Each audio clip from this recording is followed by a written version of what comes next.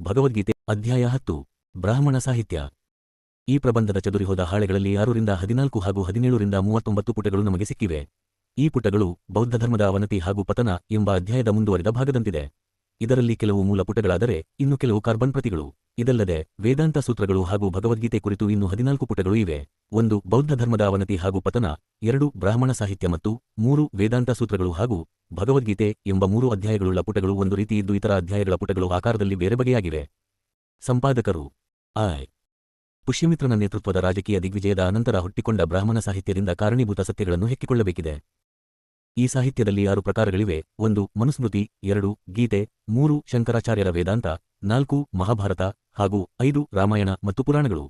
ಈ ಸಾಹಿತ್ಯವನ್ನು ವಿಶ್ಲೇಷಿಸುವಾಗ ನಾನು ಬೌದ್ಧ ಧರ್ಮದ ಅವನತಿಗೆ ಕಾರಣವಾದಂಥ ಸತ್ಯಗಳನ್ನು ಮಾತ್ರ ಹೊರಗೆಳೆಯ ಬಯಸುತ್ತೇನೆ.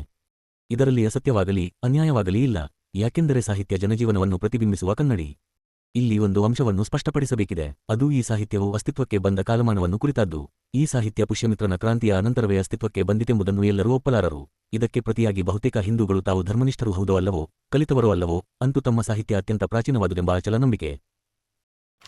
ಬಾಬಾ ಸಾಹೇಬ್ ಅಂಬೇಡ್ಕರ್ ಅವರ ಸಮಗ್ರ ಬರೆಹಗಳು ಮತ್ತು ಭಾಷಣಗಳು ಸಂಪುಟ -3 ಹೊಂದಿದ್ದಾರೆ. ಅಷ್ಟೇಕೆ ತಮ್ಮ ಪವಿತ್ರ ಸಾಹಿತ್ಯದ ಪ್ರಾಚೀನತೆಯನ್ನು ನಂಬುವುದು ಹಿಂದೂಗಳ ಪಾಲಿಗೆ ಧರ್ಮಶ್ರದ್ಧೆಯ ವಿಷಯವೇ ಆಗಿದೆ.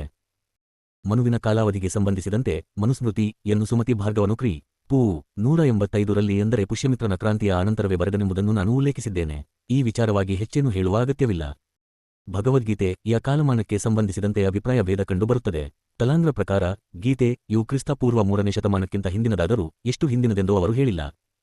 ತಿಲಕರು ಗಾರ್ದೆಯವರ ಅಭಿಪ್ರಾಯದಲ್ಲಿ ಈಗ ನಮ್ಮ ಮುಂದಿರುವ ಗೀತೆ ಯು ತನ್ನ ಮೂಲ ಸ್ವರೂಪಕ್ಕಿಂತ ಭಿನ್ನವಾದುದು. ಗೀತೆ ಯು ತನ್ನ ಮೂಲ ಸ್ವರೂಪವನ್ನು ಬಿಟ್ಟು ಹಲವಾರು ಸಹಜ ರೂಪಾಂತರಗಳನ್ನು ಹೊಂದಿ ಬಂದಿರುವುದನ್ನು ಭಾರತದಾಚೆಗಿನ ಅನೇಕ ಭಾರತೀಯ ಶಾಸ್ತ್ರಜ್ಞರು ಒಪ್ಪುತ್ತಾರೆ. ಗಾರ್ಜಿಯವರ ಪ್ರಕಾರ ಭಗವದ್ಗೀತೆಯಲ್ಲಿ ಮೂಲದಲ್ಲಿ ಇರದಿದ್ದ 146 ಶ್ಲೋಕಗಳು ಹೊಸದಾಗಿ ಸೇರಿವೆ. ಇನ್ನು ಅದು ರಚನೆಯಾದದ್ದು ಯಾವಾಗ ಎನ್ನಲು ಗಾರ್ಬೆ ಕ್ರಿಸ್ತಶಕ 2ನೇ ಶತಮಾನಕ್ಕಿಂತ ಹಿಂದಿರಲಾರದು ಎನ್ನುತ್ತಾರೆ. ಕೋಸಾಂಬಿಯವರು ಗೀತಾ ರಚನೆಯಾದದ್ದು ಬಾಲಾದಿತ್ಯ ದೊರೆಯ ಕಾಲದಲ್ಲೇ ಎಂದು ವಾದಿಸುತ್ತಾರೆ. ಬಾಲಾದಿತ್ಯನು ಆಂಧ್ರ ವಂಶವನ್ನು ದುರಾಕ್ರಮಿಸಿದ ಗುಪ್ತ ವಂಶಕ್ಕೆ ಸೇರಿದವನು. ಬಾಲಾದಿತ್ಯ ಪಟ್ಟಕ್ಕೆ ಬಂದಿದ್ದು ಕ್ರಿ. ಶ. 467ರಲ್ಲಿ ಕೋಸಾಂಬಿಯವರು ಇಷ್ಟು ಅರ್ವಾಚೀನ ಕಾಲಮಾನವನ್ನು ನಿಗದಿ ಮಾಡಲು ಕೊಡುವ ಕಾರಣಗಳು 2. ಕ್ರಿ. ಶ. 788ರಲ್ಲಿ ಹುಟ್ಟಿ 820ರಲ್ಲಿ ಸತ್ತ ಶಂಕರಾಚಾರ್ಯರು ಭಗವದ್ಗೀತೆ ಯ ಬಗ್ಗೆ ಭಾಷ್ಯ ಬರೆಯುವ ಮುನ್ನ ಅದರ ಬಗ್ಗೆ ಯಾರಿಗೂ ಗೊತ್ತೇ ಇರಲಿಲ್ಲ. ಶಂಕರಾಚಾರ್ಯರಿಗೆ ಕೇವಲ 50 ವರ್ಷದ ಹಿಂದೆ ಶಾಂತರಕ್ಷಿತ ಬರೆದ ತತ್ವಸಂಗ್ರಹ ದಲ್ಲೂ ಗೀತೆ ಯ ಪ್ರಸ್ತಾಪವಿಲ್ಲ. ಇನ್ನು 2ನೇ ಕಾರಣ ವಿಜ್ಞಾನವಾದ ಎಂಬ ವಿಚಾರಪಂಥವನ್ನು ಹುಟ್ಟುಹಾಕಿದನು ವಸುಬಂಧು. ಬ್ರಹ್ಮಸೂತ್ರ ಭಾಷ್ಯ ದಲ್ಲಿ ಈ ವಸುಬಂಧುವಿನ ವಿಜ್ಞಾನವಾದದ ವಿಮರ್ಶೆಯಿದೆ ಮತ್ತು ಗೀತೆ ಯಲ್ಲಿ ಬ್ರಹ್ಮಸೂತ್ರ ಭಾಷ್ಯ ದ ಪ್ರಸ್ತಾಪವಿದೆ. ಆದ್ದರಿಂದ ಗೀತೆಯು ವಸುಬಂಧು ಮತ್ತು ಬ್ರಹ್ಮಸೂತ್ರ ಭಾಷ್ಯ ಗಳ ಅನಂತರದ್ದಾಗಿರಬೇಕು. ವಸುಬಂಧು ಗುಪ್ತರ ದೊರೆ ಬಾಲಾದಿತ್ಯನ ಕುಲಗುರುವಾಗಿದ್ದವನು. ಆದ್ದರಿಂದ ಗೀತೆಯ ರಚನೆ ಬಾಲಾದಿತ್ಯನ ಕಾಲದಲ್ಲಿ ಅಥವಾ ಅವನ ಅನಂತರದ ಕಾಲದಲ್ಲಿ ಆಗಿರಬೇಕು. ಶಂಕರಾಚಾರ್ಯರ ಕಾಲ ಕುರಿತು ಹೆಚ್ಚು ಹೇಳಬೇಕಾದ್ದೇನೂ ಇಲ್ಲ. ಆತ ಬದುಕಿ ಬರೆದ ಕಾಲದ ಬಗ್ಗೆ ಸಾಮಾನ್ಯವಾಗಿ ಒಮ್ಮತವಿದೆ. ಆತನ ಬದುಕಿನ ಬಗ್ಗೆ ಸ್ವಲ್ಪ ಹೇಳಬೇಕಿದೆ, ಆದರೆ ಅದನ್ನು ಬೇರೊಂದು ಕಡೆ ಪ್ರಸ್ತಾಪಿಸುತ್ತೇನೆ. 1 ಅವರ ಬ್ಯಾಕ್ಕೋಟ್ ಇಂಟ್ರೊಡಕ್ಷನ್ ಟು ದಿ ಭಗವದ್ಗೀತಾ ನೋಡಿ ಇಂಗ್ಲಿಷಾನು. ಉತ್ಕಕರ್. 2 ಗೀತಾ ಅಧ್ಯಾಯ 13 ಶ್ಲೋಕ 4. ಬ್ರಾಹ್ಮಣ ಸಾಹಿತ್ಯ 263. ಮಹಾಭಾರತ ದ ರಚನೆಯ ಕಾಲವನ್ನು ನಿಷ್ಕರ್ಷೆ ಮಾಡುವುದಂತೂ ಹೆಚ್ಚು ಕಮ್ಮಿ ಅಸಾಧ್ಯದ ಕೆಲಸ. ಆ ನಿಟ್ಟಿನಲ್ಲಿ ಪ್ರಯತ್ನ ಮಾತ್ರ ಮಾಡಬಹುದಷ್ಟೇ. ಮಹಾಭಾರತ 3 ಆವೃತ್ತಿಗಳನ್ನು ಕಂಡಿದ್ದು ಪ್ರತಿಯೊಬ್ಬ ಹೊಸ ಸಂಪಾದಕನ ಕೈಯಲ್ಲೂ ಅದರ ಶೀರ್ಷಿಕೆ ಹಾಗೂ ವಸ್ತು ವಿಷಯ ಬದಲಾಗಿದೆ. ಅದರ ಮೂಲ ಸ್ವರೂಪದ ಶೀರ್ಷಿಕೆ ಜಯ. ಈ ಮೂಲ ಹೆಸರು 3ನೇ ಆವೃತ್ತಿಯ ಆದಿ ಹಾಗೂ ಅಂತ್ಯದಲ್ಲೂ ಕಂಡುಬರುತ್ತದೆ. ಜಯ ಎಂಬ ಹೆಸರಿನ ಮೊದಲ ಆವೃತ್ತಿಯನ್ನು ಬರೆದವನು ವ್ಯಾಸ. ಇದರ 2ನೇ ಆವೃತ್ತಿಯ ಹೆಸರು ಭಾರತ. ಈ 2ನೇ ಆವೃತ್ತಿಯ ಸಂಪಾದಕ ವೈಶಂಪಾಯನ. ವೈಶಂಪಾಯನನ ಭಾರತ ಒಂದೇ, ಅದರ 2ನೇ ಆವೃತ್ತಿಯಲ್ಲ. ವ್ಯಾಸನಿಗೆ ವೈಶಂಪಾಯನನಲ್ಲದೆ ಇನ್ನೂ ಅನೇಕ ಶಿಷ್ಯರಿದ್ದರು. ಸುಮಂತು, ಜೈಮಿನಿ, ಪೈಲ ಮತ್ತು ಶುಕ ಎಂಬುವರು ಅವರ ಇತರ 4 ಶಿಷ್ಯರು. ಅವರೆಲ್ಲರೂ ವ್ಯಾಸನ ಪದತಲದಲ್ಲಿ ಕಲಿತವರು. ಅವರೆಲ್ಲರೂ ತಮ್ಮ ತಮ್ಮ ಆವೃತ್ತಿಯನ್ನು ಹೊರತಂದರು. ಆದ್ದರಿಂದ ಭಾರತ ಅದ್ದೇ ಇನ್ನೂ 4 ಆವೃತ್ತಿಗಳಾದವು. ವೈಶಂಪಾಯನ ಇವೆಲ್ಲವನ್ನೂ ಸೇರಿಸಿ ತನ್ನ ಆವೃತ್ತಿಯನ್ನು ಸಿದ್ಧಪಡಿಸಿದ. ಇದಾದ ಮೇಲೆ ಬಂದ 3ನೇಯವನು ಸೌತಿ. ಈತ ವೈಶಂಪಾಯನನ ಆವೃತ್ತಿಯನ್ನು ಪುನರ್ರಚಿಸಿದ. ಕೊನೆಗೆ ಸೌತಿಯ ಆವೃತ್ತಿಗೆ ಮಹಾಭಾರತ ಎಂಬ ಹೆಸರು ಬಂದು ನಿಂತಿತು. ಈ ಗ್ರಂಥ ತನ್ನ ಗಾತ್ರ ವಸ್ತು ವಿಷಯಗಳೆರಡರಲ್ಲೂ ಬೆಳೆದು ನಿಂತಿದೆ. ವ್ಯಾಸನ ಜಯ ಕೇವಲ 8800 ಶ್ಲೋಕಗಳುಳ್ಳ ಪುಟ್ಟ ಕೃತಿಯಾಗಿತ್ತು. ಇದೇ ವೈಶಂಪಾಯನನ ಕೈಯಲ್ಲಿ 24,000 ಶ್ಲೋಕಗಳಾಯಿತು. ಸೌತಿ ಅದನ್ನು ಬೆಳೆಸಿ 96,836 ಶ್ಲೋಕಗಳಿಗೆ ವಿಸ್ತರಿಸಿದ. ವಸ್ತು ಮತ್ತು ವಿಷಯಕ್ಕೆ ಬಂದರೆ ವ್ಯಾಸ ಬರೆದದ್ದು ಕೌರವರು ಹಾಗೂ ಪಾಂಡವರ ಯುದ್ಧದ ಕಥೆ ಮಾತ್ರವಾಗಿತ್ತು. ವೈಶಂಪಾಯನನ ಕೈಯಲ್ಲಿ ಇದೇ ಕಥೆ 2 ಆಯಾಮಪ್ಪಾಯಿತು. ಮೂಲಕತೆಗೆ ಈಗ ನೀತಿಬೋಧೆಯೂ ಸೇರಿಕೊಂಡಿತು. ಕೇವಲ ಚಾರಿತ್ರಿಕ ಕೃತಿಯಾಗಿದ್ದದ್ದು ಈಗ ಸಾಮಾಜಿಕ, ನೈತಿಕ ಮತ್ತು ಧಾರ್ಮಿಕ ಕರ್ತವ್ಯಗಳನ್ನು ಬೋಧಿಸುವ ಉಪದೇಶಾತ್ಮಕ ಕೃತಿಯಾಗಿ ಮಾರ್ಪಟ್ಟಿತು. ಇನ್ನು ಕೊನೆಯ ಸಂಪಾದಕ ಸೌತಿಯಂತೂ ಅದನ್ನು ಸರ್ವಗ್ರಾಹಿ ಐತಿಹ್ಯಗಾಥೆಗಳ ಭಂಡಾರವಾಗಿ ಮಾಡಿದ. ಭಾರತಕ್ಕೆ ಸಂಬಂಧವಿರದಿದ್ದ ದಂತಕಥೆಗಳು, ಚಾರಿತ್ರಿಕ ಕಥೆಗಳೆಲ್ಲವೂ ಕಳೆದು ಹೋಗದಂತೆ ಅಥವಾ ಒಂದೆಡೆ ಸಿಗುವಂತೆ ಸೌತಿ ಕಲೆ ಹಾಕಿದ. ಆತನಿಗೆ ಭಾರತವು ಎಲ್ಲ ಕಲಿಕೆ ಹಾಗೂ ಜ್ಞಾನದ ಭಂಡಾರವಾಗಬೇಕೆಂಬ ಇನ್ನೊಂದು ಆಕಾಂಕ್ಷೆಯೂ ಇತ್ತು. ಅದಕ್ಕೆ ಆತ ರಾಜನೀತಿ, ಭೂಗೋಳ, ಧನುರ್ವಿದ್ಯೆ ಮುಂತಾದ ಎಲ್ಲ ಜ್ಞಾನಶಾಖೆಗಳ ಅಂಶಗಳನ್ನು ಭಾರತಕ್ಕೆ ಸೇರಿಸಿದ. ಸೌತಿಯ ಪುನರಾವರ್ತನೆಯ ಪ್ರವೃತ್ತಿ ನೋಡಿದರೆ ಭಾರತ ಆತನ ಕೈಯಲ್ಲಿ ಮಹಾಭಾರತ ವಾದುದರಲ್ಲಿ ಆಶ್ಚರ್ಯವೇನೂ ಇಲ್ಲ. ಈಗ ಅದರ ರಚನೆಯ ಕಾಲದ ಬಗ್ಗೆ ಹೇಳಬೇಕೆಂದರೆ ಕೌರವ ಪಾಂಡವರ ಯುದ್ಧ ಅತ್ಯಂತ ಪ್ರಾಚೀನವಾದದ್ದೆಂಬುದರಲ್ಲಿ ಯಾವ ಸಂದೇಹವೂ ಇಲ್ಲ. ಅಂದ ಮಾತ್ರಕ್ಕೆ ವ್ಯಾಸ ಸೃಷ್ಟಿಯೂ ಅಷ್ಟೇ ಹಳೆಯದು ಅಥವಾ ಆ ಘಟನೆಗೆ ಸಮಕಾಲೀನವಾದದ್ದು ಎಂದೇನೂ ಅರ್ಥವಲ್ಲ. ಈ ಬೇರೆ ಆವೃತ್ತಿಗಳ ನಿರ್ದಿಷ್ಟ ಕಾಲಮಾನ ನಿಗದಿಪಡಿಸುವುದೇ ಕಷ್ಟದ ಕೆಲಸ. ಇವೆಲ್ಲವನ್ನು ಒಟ್ಟಾಗಿಸಿ ಪ್ರೊ. ಹಾಪ್ಕಿನ್ಸ್ ಹೀಗೆ ಹೇಳುತ್ತಾರೆ. 1. ಪ್ರೊ. Hopkins, the great epic of India ಪು. 89. ಡಾ. ಬಾಬಾ ಸಾಹೇಬ್ ಅಂಬೇಡ್ಕರ್ ಅವರ ಸಮಗ್ರ ಬರೆಹಗಳು ಮತ್ತು ಭಾಷಣಗಳು ಸಂಪುಟ -3. ಅಂದಾಜು ಮಾಡಿ ಹೇಳುವುದಾದರೆ ಇಡೀ ಮಹಾಭಾರತ ರಚನೆಯ ಕಾಲ ಕ್ರಿ. ಶ. 200ರಿಂದ 400 ಅನ್ನಬಹುದು. ಈ ಕಾಲಮಾನ ನಂತರದ ಆವೃತ್ತಿಗಳಿಗಾಗಲಿ ಒಬ್ಬರಾದ ಮೇಲೊಬ್ಬರು ತೆಗೆದ ಪ್ರತಿಗಳಲ್ಲಿ ಕಂಡ ಬದಲಾವಣೆಗಳಿಗಾಗಲಿ ಅನ್ವಯಿಸುವುದಿಲ್ಲ. ಆದರೆ ಇನ್ನು ಈಚಿನ ಕಾಲಾವಧಿಯನ್ನು ಸ್ಪಷ್ಟವಾಗಿ ಸೂಚಿಸುವ ಇತರೆ ಸನ್ನಿವೇಶಗಳೂ ಇವೆ. ಮಹಾಭಾರತದಲ್ಲಿ ಹುಣರ ಉಲ್ಲೇಖವಿದೆ. ಕ್ರಿ. ಶ. 455ರ ಸುಮಾರಿನಲ್ಲಿ ಹುಣರ ವಿರುದ್ಧ ಯುದ್ಧ ಸಾರಿ ಸೋಲಿಸಿದವನು ಸ್ಕಂದಗುಪ್ತ. ಇದಾದ ಮೇಲೂ ಹುಣರ ದಾಳಿ ಕ್ರಿ. ಶ. 528ರವರೆಗೂ ನಡೆಯಿತು. ಈ ಕಾಲದಲ್ಲಿ ಅಥವಾ ಇದರ ಅನಂತರ ಮಹಾಭಾರತದ ರಚನೆಯಾಯಿತೆಂಬುದು ಸ್ವಯಂವೇದ್ಯವಾಗಿದೆ. ಇದಕ್ಕೂ ಈಚಿನ ಕಾಲಮಾನ ಸೂಚಿಸುವ ಇನ್ನೂ ಕೆಲವು ಸುಳಿವುಗಳಿವೆ. ಮಹಾಭಾರತವು ಪ್ಲೇಚ್ಛರು ಅಥವಾ ಮುಸ್ಲಿಮರನ್ನು ಉಲ್ಲೇಖಿಸುತ್ತದೆ. ವನಪರ್ವದ 190ನೇ ಅಧ್ಯಾಯದ 29ನೇ ಶ್ಲೋಕದಲ್ಲಿ ಗ್ರಂಥಕರ್ತನು ಇಡೀ ಜಗತ್ತು ಇಸ್ಲಾಮೀಕರಣಗೊಳ್ಳುವುದು, ಎಲ್ಲ ಯಜ್ಞ, ವಿಧಿ, ಆಚರಣೆ, ಧಾರ್ಮಿಕ ಸಮಾರಂಭಗಳು ನಿಂತು ಹೋಗುತ್ತವೆ ಎನ್ನುತ್ತಾನೆ. ಇದು ಮುಸ್ಲಿಮರನ್ನು ಕುರಿತ ನೇರ ಪ್ರಸ್ತಾಪವಾಗಿದ್ದು ಆ ಶ್ಲೋಕ ಭವಿಷ್ಯವಾಣಿಯಂತಿದ್ದರೂ ಮಹಾಭಾರತವು ಮರಾಣವಾಗಿರುವುದರಿಂದ ನಡೆದುಹೋದ ಘಟನೆಯ ಉಲ್ಲೇಖವೆಂದೇ ತಿಳಿಯಬೇಕಾಗುತ್ತದೆ. ಈ ಶ್ಲೋಕದ ಇಂಥ ವ್ಯಾಖ್ಯಾನವು ಭಾರತದ ಮೇಲೆ ಮುಸ್ಲಿಮರು ದಂಡೆತ್ತಿ ಬಂದ ಮೇಲೆಯೇ ಮಹಾಭಾರತ ಬರೆಯಲಾಯಿತೆಂಬುದನ್ನು ತೋರಿಸುತ್ತದೆ. ಇದೇ ತೀರ್ಮಾನಕ್ಕೆ ದಾರಿ ಮಾಡುವ ಇನ್ನೂ ಕೆಲವು ಉಲ್ಲೇಖಗಳಿವೆ. ಅದೇ ಅಧ್ಯಾಯದ 59ನೇ ಶ್ಲೋಕ ವೃಷರ ಪಚ್ಚಾಳಿಕೆಯಿಂದ ಭೀತಿಗ್ರಸ್ತರಾದ ಬ್ರಾಹ್ಮಣರು ರಕ್ಷಕನಿಲ್ಲದೆ ಜಗತ್ತಿನಾದ್ಯಂತ ನರಳುತ್ತಾ ಆಳುತ್ತಾ ಅಲೆದಾಡುತ್ತಾರೆ ಎನ್ನುತ್ತದೆ. ಈ ಶ್ಲೋಕದಲ್ಲೂ ಪ್ರಸ್ತಾಪಗೊಂಡ ವೃಷಲರು ಬೌದ್ಧರಾಗಿರಲು ಸಾಧ್ಯವಿಲ್ಲ. ಯಾಕೆಂದರೆ ಬ್ರಾಹ್ಮಣರ ಮೇಲೆ ದಬ್ಬಾಳಿಕೆ ನಡೆಯಿತೆನ್ನಲು ಆಣು ಮಾತ್ರದಷ್ಟು ರುಜುವಾತಿಲ್ಲ. ಇದಕ್ಕೆ ಪ್ರತಿಯಾಗಿ ಬೌದ್ಧರ ರಾಜ್ಯಭಾರದಲ್ಲಿ ಬೌದ್ಧ ಭಿಕ್ಷುಗಳಷ್ಟೇ ಔದಾರ್ಯದಿಂದ ಬ್ರಾಹ್ಮಣರನ್ನು ನಡೆಸಿಕೊಳ್ಳಲಾಗುತ್ತಿತ್ತೆನ್ನಲು ಸಾಕ್ಷ್ಯಾಧಾರಗಳಿವೆ. ಆದ್ದರಿಂದ ವೃಷಲ ಅಥವಾ ಕುಸಂಸ್ಕೃತ ಎನ್ನುವ ಉಲ್ಲೇಖ ಮುಸ್ಲಿಂ ದಾಳಿಕೋರರನ್ನು ಕುರಿತದ್ದೇ ಇರಬೇಕು. ವನಪರ್ವದ ಅದೇ ಅಧ್ಯಾಯದಲ್ಲಿ ಇನ್ನೂ ಕೆಲವು ಶ್ಲೋಕಗಳಿವೆ. 65, 66 ಮತ್ತು 67ನೇ ಶ್ಲೋಕಗಳಲ್ಲಿ ಸಮಾಜವು ಅಸ್ತವ್ಯಸ್ತಗೊಳ್ಳುತ್ತದೆ. ಜನರು ಏದುಕಗಳನ್ನು ಪೂಜಿಸುತ್ತಾರೆ. ಅವರು ದೇವರನ್ನು ಬಹಿಷ್ಕರಿಸುತ್ತಾರೆ. ಶೂದ್ರರು ದ್ವಿಜರ ಸೇವೆ ಮಾಡುವುದಿಲ್ಲ. ಇಡೀ ಜಗತ್ತು ಏದುಕಗಳಿಂದಲೇ ತುಂಬಿ ಹೋಗುತ್ತದೆ. ಯುಗವು ಅಂತ್ಯಗೊಳ್ಳುತ್ತದೆ ಎಂಬ ಮಾತುಗಳಿವೆ. ಏದುಕಗಳು ಎಂದರೇನು? ಕೆಲವರು ಇವು ಬೌದ್ಧ ಚೈತ್ಯಗಳೆಂದು ತಿಳಿದಿದ್ದಾರೆ. ಆದರೆ ಕೋಸಾಂಬಿಯವರ ಪ್ರಕಾರ ಇದು ತಪ್ಪು. ಬೌದ್ಧ ಸಾಹಿತ್ಯದಲ್ಲಾಗಲಿ ವೈದಿಕ ಸಾಹಿತ್ಯದಲ್ಲಾಗಲಿ ಏದುಕ ಎಂಬ ಪದ ಚೈತ್ಯ ಎಂಬರ್ಥದಲ್ಲಿ ಎಲ್ಲೂ ಬಳಕೆಯಾಗಿಲ್ಲ. ಇದಕ್ಕೆ ಪ್ರತಿಯಾಗಿ ಮಹೇಶ್ವರ ಭಟ್ಟನ ವ್ಯಾಖ್ಯಾನದ ಅಮರಕೋಶದ ಪ್ರಕಾರ ಏದುಕ ಅಂದರೆ ಮರದ ರಚನೆಯೊಂದರ ಆಧಾರದ ಒಂದು. ಹಿಂದಿ ಸಂಸ್ಕೃತಿ ಅಣಿ ಅಹಿಂಸಾ ಪು. 156. ಬ್ರಾಹ್ಮಣ ಸಾಹಿತ್ಯ ಮೇಲೆ ನಿಂತ ಗೋಡೆ ಎಂದರ್ಥ. ಹಾಗಾದರೆ ಏದುಕ ಎಂದರೆ ಮುಸ್ಲಿಮರು ಪ್ರಾರ್ಥನೆ ಹೇಳುವ ಈದ್ಹ ಆಗಿರಬೇಕು ಎಂದು ಕೋಸಂಬಿ ತರ್ಕಿಸುತ್ತಾರೆ. ಇದೇ ನಿಜವಾದ ಅರ್ಥವಾದರೆ ಮಹಮ್ಮದ್ ಗೋರಿಯ ದಾಳಿಯ ಅನಂತರವೇ ಮಹಾಭಾರತದ ರಚನೆಯಾಯಿತೆಂಬುದು ಸ್ಪಷ್ಟವಾಗುತ್ತದೆ. ಮೊದಲ ಮುಸ್ಲಿಂ ದಾಳಿ ನಡೆದದ್ದು ಕ್ರಿ. ಶ. 712ರಲ್ಲಿ ಇದ್ದ ಕಾಸಿಂ ನೇತೃತ್ವದಲ್ಲಿ. ಆತನು ಉತ್ತರ ಭಾರತದ ಕೆಲವು ಪಟ್ಟಣಗಳನ್ನು ವಶಪಡಿಸಿಕೊಂಡನೇ ಹೊರತು ಹೆಚ್ಚು ವಿಧ್ವಂಸಕ ಕೃತ್ಯಗಳನ್ನೇನೂ ಮಾಡಲಿಲ್ಲ. ಅವನ ಅನಂತರ ಬಂದ ಗಜನಿ ಮಹಮ್ಮದ್ ದೇವಾಲಯ ವಿಹಾರಗಳನ್ನೆಲ್ಲ ನಾಶಮಾಡಿ 2 ಧರ್ಮಗಳ ಅರ್ಚಕರ ಕಗ್ಗೊಲೆಗೈದ. ಆದರೆ ಆತ ಸ್ವತಃ ಈದ್ಯಾ ಅಥವಾ ಮಸೀದಿಗಳ ನಿರ್ಮಾಣದಲ್ಲಿ ತೊಡಗಲಿಲ್ಲ. ಆ ಕೆಲಸ ಮಾಡಿದವನು ಮಹಮ್ಮದ್ ಗೋರಿ. ಇದರಿಂದ ಕ್ರಿಸ್ತಶಕ 1500ರವರೆಗೂ ಮಹಾಭಾರತದ ರಚನೆ ಪೂರ್ಣಗೊಂಡಿರಲಿಲ್ಲ ಎಂದು ಹೇಳಬಹುದು. ಮಹಾಭಾರತದ ಹಾಗೆಯೇ ರಾಮಾಯಣವು 3 ವಿಭಿನ್ನ ಆವೃತ್ತಿಗಳನ್ನು ಹಾದುಬಂದಂತೆ ಕಾಣುತ್ತದೆ. ಮಹಾಭಾರತದಲ್ಲಿ ರಾಮಾಯಣದ ಬಗ್ಗೆ 2 ಬಗೆಯ ಉಲ್ಲೇಖಗಳಿವೆ. ಒಂದು ಕಡೆ ಗ್ರಂಥಕರ್ತನ ಉಲ್ಲೇಖವೇ ಇಲ್ಲದೆ ರಾಮಾಯಣದ ಪ್ರಸ್ತಾಪವಿದೆ. ಇನ್ನೊಂದು ಕಡೆ ವಾಲ್ಮೀಕಿ ರಾಮಾಯಣದ ಉಲ್ಲೇಖವಿದೆ. ಆದರೆ ಈಗಿರುವ ರಾಮಾಯಣವಲ್ಲ. ಸಿ. ವಿ. ವೈದ್ಯ ಅವರ ಅಭಿಪ್ರಾಯದಲ್ಲಿ ಈಗಿರುವ ರಾಮಾಯಣವನ್ನು ಸರ್ವಮಾನ್ಯ ಟೀಕಾಕಾರನಾದ ಕಟಕನೆ ಒಪ್ಪಿ ಅನುಮೋದಿಸಿದ್ದರೂ ಇದು ವಾಲ್ಮೀಕಿ ಬರೆದ ಮೂಲ ರಾಮಾಯಣವಲ್ಲ ಎಂಬುದರಲ್ಲಿ ಸಂದೇಹಕ್ಕೆ ಆಸ್ಪದವೇ ಇಲ್ಲ. ಸಂಪ್ರದಾಯವಾದಿಗೂ ಆ ಬಗ್ಗೆ ಅನುಮಾನವಿರಲಾರದು. ಇದರ ಬಂಗಾಳ ಪಾಠವನ್ನಾಗಲಿ ಮುಂಬಯಿ ಪಾಠವನ್ನಾಗಲಿ ರಾಮಾಯಣವನ್ನು ಸುಮ್ಮನೆ ತಿರುವಿ ಹಾಕುವವನು ಅದರಲ್ಲಿ ತುಂಬಿರುವ ವಿಸಂಗತಿಗಳು, ತಪ್ಪಿದ ಕೊಂಡಿಗಳು, ಹಳೆ ಹೊಸ ವಿಚಾರಗಳ ಸಮಾಂತರ ಮಂಡನೆ ಒಡೆದು ಕಾಣುತ್ತವೆ ಮತ್ತು ವಾಲ್ಮೀಕಿಯ ರಾಮಾಯಣವನ್ನು ಆನಂತರದ ದಿನಗಳಲ್ಲಿ ಮನರ್ರಚಿಸಲಾಗಿತ್ತೆಂಬ ತೀರ್ಮಾನಕ್ಕೆ ಬರಲೇಬೇಕಾಗುತ್ತದೆ. ಮಹಾಭಾರತದಂತೆಯೇ ರಾಮಾಯಣದ ವಸ್ತುವಿಷಯವೂ ಬೆಳವಣಿಗೆ ಹೊಂದಿದೆ. ಮೂಲದಲ್ಲಿ ಅದು ರಾಮನ ಪತ್ನಿ ಸೀತೆಯನ್ನು ರಾವಣ ಅಪಹರಿಸಿದ್ದರಿಂದ ಉಂಟಾದ ರಾಮರಾವಣರ ಯುದ್ಧದ ಕತೆ ಮಾತ್ರ. 2ನೇ ಆವೃತ್ತಿಯಲ್ಲಿ ಇದೇ ಕತೆಗೆ ನೀತಿ ಬೋಧೆಯೂ ಸೇರಿಕೊಂಡಿತು. ಶುದ್ಧ ಚಾರಿತ್ರಿಕ ಕೃತಿಯಾಗಿದ್ದ ರಾಮಾಯಣವು ಈಗ ಸಾಮಾಜಿಕ, ನೈತಿಕ ಮತ್ತು ಧಾರ್ಮಿಕ ಕರ್ತವ್ಯಗಳನ್ನು ಬೋಧಿಸುವ ಉದ್ದೇಶದ ಉಪದೇಶಾತ್ಮಕ ಗ್ರಂಥವಾಯಿತು. ಇದೇ ಮತ್ತೆ 3ನೇ ಆವೃತ್ತಿಯನ್ನು ಕಂಡಾಗ ಮಹಾಭಾರತದಂತೆಯೇ ದಂತಕತೆಗಳು, ಜ್ಞಾನ, ಕಲಿಕೆ, ತತ್ವಶಾಸ್ತ್ರ ಮತ್ತಿತರ ಕಲೆ ವಿಜ್ಞಾನಗಳ ಭಂಡಾರವಾಗಿ ಮಾರ್ಪಟ್ಟಿತು. ಇನ್ನು ರಾಮಾಯಣ ರಚನೆಯ ಅವಧಿ ಕುರಿತಂತೆ ರಾಮನ ಕತೆ ಪಾಂಡುವಿನ ಕತೆಗಿಂತಲೂ ಹಳೆಯದೆಂದು ಸಿದ್ಧವಾಗಿದೆ. ಆದರೂ ರಾಮಾಯಣದ ರಚನೆಯು 266. ಡಾ. ಬಾಬಾ ಸಾಹೇಬ್ ಅಂಬೇಡ್ಕರ್ ಅವರ ಸಮಗ್ರ ಬರೆಹಗಳು ಮತ್ತು ಭಾಷಣಗಳು ಸಂಪುಟ -3. ಮಹಾಭಾರತದ ರಚನೆಯೊಡನೆ ಸಮಸಮನಾಗಿ ನಡೆದುಬಂದಿದೆ. ರಾಮಾಯಣದ ಕೆಲವು ಭಾಗಗಳು ಮಹಾಭಾರತಕ್ಕಿಂತ ಪ್ರಾಚೀನವಾಗಿರಬಹುದು. ಆದರೆ ರಾಮಾಯಣ ದ ಬಹುಪಾಲನ್ನು ಮಹಾಭಾರತ ದ ಬಹುಪಾಲು ರಚನೆಯಾದ ಮೇಲೆ ಬರೆಯಲಾಯಿತೆಂಬುದರಲ್ಲಿ ಅನುಮಾನವಿಲ್ಲ. ಅಪೂರ್ಣ. ನಾನು ಬಳಸಬಯಸಿರುವ ಸಾಹಿತ್ಯವೆಂದರೆ 1 ಭಗವದ್ಗೀತೆ, 2 ವೇದಾಂತ ಸೂತ್ರಗಳು, 3 ಮಹಾಭಾರತ, 4 ರಾಮಾಯಣ ಮತ್ತು 5 ಪುರಾಣಗಳು. ಈ ಸಾಹಿತ್ಯವನ್ನು ವಿಶ್ಲೇಷಿಸುವಾಗ ಬೌದ್ಧಧರ್ಮದ ಅವನತಿಗೆ ಕಾರಣಗಳನ್ನು ಸೂಚಿಸಬಲ್ಲ ಸತ್ಯಾಂಶಗಳನ್ನು ಮಾತ್ರ ಹೊರಗೆಳೆಯ ಬಯಸುತ್ತೇನೆ. ಈ ಸಾಹಿತ್ಯದ ವಸ್ತು ವಿಷಯದ ವಿವೇಚನೆಗೆ ಹೊರಡುವ ಮುನ್ನ ಈ ಸಾಹಿತ್ಯವು ಅಸ್ತಿತ್ವಕ್ಕೆ ಬಂದ ಕಾಲಮಾನದ ಪ್ರಶ್ನೆಯನ್ನು ಬಗೆಹರಿಸಬೇಕು. ಈ ಸಾಹಿತ್ಯ ಪುಷ್ಯಮಿತ್ರನ ಕ್ರಾಂತಿಯ ಅನಂತರ ಸೃಷ್ಟಿಯಾಯಿತೆಂಬುದನ್ನು ಎಲ್ಲರೂ ಒಪ್ಪಲಾರರು. ಇದಕ್ಕೆ ಪ್ರತಿಯಾಗಿ ಬಹುತೇಕ ಹಿಂದೂಗಳು ಧರ್ಮನಿಷ್ಠರಿರಲಿ ಇಲ್ಲದಿರಲಿ ಅಥವಾ ಕಲಿತವರೋ ಅಲ್ಲವೋ ಅಂತೂ ತಮ್ಮ ಸಾಹಿತ್ಯ ಅತ್ಯಂತ ಪುರಾತನವಾದುದೆಂಬ ಅಚಲ ನಂಬಿಕೆ ಹೊಂದಿದ್ದಾರೆ. ಹಾಗೆ ನೋಡಿದರೆ ತಮ್ಮ ಪವಿತ್ರ ಸಾಹಿತ್ಯದ ಪ್ರಾಚೀನತೆಯನ್ನು ನಂಬುವುದು ಪ್ರತಿಯೊಬ್ಬ ಹಿಂದೂವಿನ ಪಾಲಿಗೆ ಧರ್ಮಶ್ರದ್ಧೆಯ ವಿಷಯವೇ ಆಗಿದೆ. 1 ಭಗವದ್ಗೀತೆ. ಭಗವದ್ಗೀತೆ ಇಂದ ಆರಂಭಿಸೋಣ. ಇದರ ರಚನೆಯ ಕಾಲವು ವಿವಾದಾತ್ಮಕ ವಿಷಯವಾಗಿದೆ. ತೆಲಾಂಗ್ ಅವರು ಗೀತೆಯು ಕ್ರಿಸ್ತಪೂರ್ವ 2ನೇ ಶತಮಾನಕ್ಕೆ ಮುಂಚೆಯೇ ರಚನೆಯಾಯಿತು ಎಂಬ ಅಭಿಪ್ರಾಯ ಹೊಂದಿದ್ದರು. ದಿವಂಗತ ತಿಲಕರು ಶಕ ಯುಗ ಕೆ 500 ವರ್ಷಗಳಿಗೂ ಹಿಂದೆಯೇ ಗೀತೆ ರಚನೆಯಾಯಿತು ಎಂದು ತಿಳಿದಿದ್ದರು. ಅಂದರೆ ಈಗಿನ ಗೀತೆ ಕಾಲಕ್ಕೆ ರಚನೆಯಾಯಿತು ಎಂದರ್ಥ. ಪ್ರೊ. ಗಾರ್ಬೆಯವರ ಪ್ರಕಾರ ಭಗವದ್ಗೀತೆಯ ರಚನೆಯ ಕಾಲ ಕ್ರಿಸ್ತ ಶಕ 200 ರಿಂದ 400ರ ನಡುವಿನದು. ಕೋಸಾಂಬಿಯವರದು ಇನ್ನೊಂದು ದೃಷ್ಟಿಕೋನವಿದ್ದು ಅದಕ್ಕೆ ನಿಸ್ಸಂದಿಗ್ಧ ಸಾಕ್ಷ್ಯಾಧಾರವಿದೆ. 2 ಮಹಾಕಾವ್ಯಗಳಲ್ಲಿನ ಸಮಾನ ಪದಗುಚ್ಛಗಳ ಬಗ್ಗೆ ಹಾಪ್ಕಿನ್ಸ್ನ the great epic of India ದ ಅನುಬಂಧ ಎ ಅನ್ನು ನೋಡಿ. 2 sacred books of the East ಮಾಲಿಕೆಯಲ್ಲಿನ ಗೀತೆಯ ಭಾಷಾಂತರದ ಮುನ್ನುಡಿ ನೋಡಿ.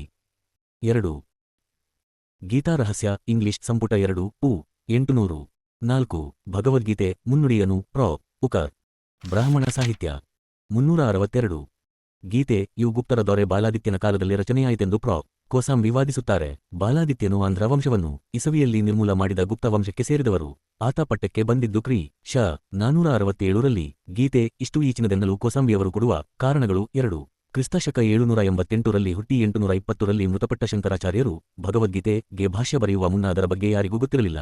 ಶಂಕರಾಚಾರ್ಯರಿಗೆ ಕೇವಲ 50 ವರ್ಷಗಳ ಮುಂಚಿನ ಶಾಂತರಕ್ಷಿತನ ತತ್ವಸಂಗ್ರಹ ದಲ್ಲಂತೂ ಗೀತೆಯ ಪ್ರಸ್ತಾಪವಿಲ್ಲ. ಇನ್ನು 2ನೇ ಕಾರಣವೆಂದರೆ ವಸುಬಂಧ ಎಂಬಾತ ವಿಜ್ಞಾನವಾದ ಎಂಬ ವಿಚಾರಪಂಥವನ್ನು ಹುಟ್ಟಿಹಾಕಿದ. ಬ್ರಹ್ಮಸೂತ್ರ ಭಾಷ್ಯ ದಲ್ಲಿ ಈ ವಿಜ್ಞಾನವಾದದ ವಿಮರ್ಶೆಯಿದೆ. ಗೀತೆ ಎಲ್ಲಿ ಬ್ರಹ್ಮಸೂತ್ರ ಭಾಷ್ಯದ ಪ್ರಸ್ತಾಪವಿದೆ. ಈ ವಸುಬಂಧು ಗುಪ್ತರ ದೊರೆ ಬಾಲಾದಿತ್ಯನ ಕುಲಗುರುವಾಗಿದ್ದ. ಆದ್ದರಿಂದ ಭಗವದ್ಗೀತೆ ಇವು ಬಾಲಾದಿತ್ಯನ ಕಾಲದಲ್ಲಿ ಅಂದರೆ ಕ್ರಿ. ಶ. 467ರ ಸುಮಾರಿಗೆ ರಚಿತವಾಗಿರಬೇಕು ಅಥವಾ ಕೊನೆ ಪಕ್ಷ ಮೂಲ ಗೀತೆಗೆ ಆ ಕಾಲದಲ್ಲಿ ಕೆಲವು ಭಾಗಗಳನ್ನು ಸೇರಿಸಿರಬೇಕು.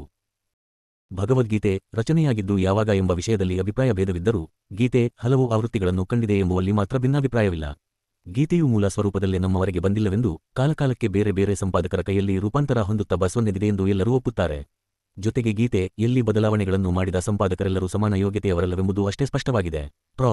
ಗಾರ್ಬೆಯವರು ಎತ್ತಿ ತೋರಿಸಿದಂತೆ ಗೀತೆಯು ಪ್ರತಿಭಾ ವಿಶೇಷದ ಸರ್ವಗ್ರಾಹಿ ದರ್ಶನ ಸೃಷ್ಟಿಸಿದ ಕಲಾಕೃತಿಯಂತೂ ಖಂಡಿತ ಅಲ್ಲ.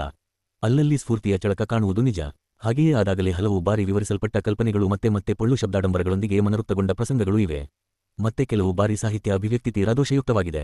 ಉಪನಿಷತ್ತುಗಳಿಂದ ಕೆಲವು ಶ್ಲೋಕಗಳನ್ನು ನೇರವಾಗಿ ಎತ್ತಿಕೊಂಡಿರುವುದೂ ಇದೆ. ಇದಂತೂ ಸ್ಫೂರ್ತಿ ತುಂಬಿ ಹೊರಟ ಕವಿ ಮಾಡುವ ಕೆಲಸವಂತೂ ಅಲ್ಲವೇ ಅಲ್ಲ. ಸತ್ವ, ರಾಜಸ ಮತ್ತು ತಾಮಸ ಗುಣಗಳ ವೈಖರಿಯನ್ನು ನೈಜ ಭಾರತೀಯ ಶಿಷ್ಯ ಪಾಂಡಿತ್ಯದೊಂದಿಗೆ ಸೂತ್ರೀಕರಿಸಲಾಗಿದೆ. ಇದಲ್ಲದೆ ಇನ್ನೂ ಬೇಕಾದಷ್ಟು ದೃಷ್ಟಾಂತಗಳು ಕೊಟ್ಟು ಭಗವದ್ಗೀತೆ ಇವು ಸೃಷ್ಟಿಶೀಲ ಕಾವ್ಯಾತ್ಮಕ ಪ್ರೇರಣೆಯ ಫಲಶ್ರುತಿಯಲ್ಲ ಎಂಬುದನ್ನು ಸಾಬೀತು ಮಾಡಬಹುದು. ಭಗವದ್ಗೀತೆ ಎಲ್ಲಿ ಎಷ್ಟರ ಮಟ್ಟಿನ ಉದಾತ್ತತೆ ಇದೆಯೋ ಅಷ್ಟೇ ಕ್ಷುಲ್ಲಕತೆಯೂ ಇದೆ. ಎಷ್ಟು ತರ್ಕವಿದೆಯೋ ಅಷ್ಟೇ ಅದರ ಅಭಾವವೂ ಇದೆ ಎಂದು ಹಾಪ್ಕಿನ್ಸ್ ವರ್ಣಿಸುತ್ತಾರೆ.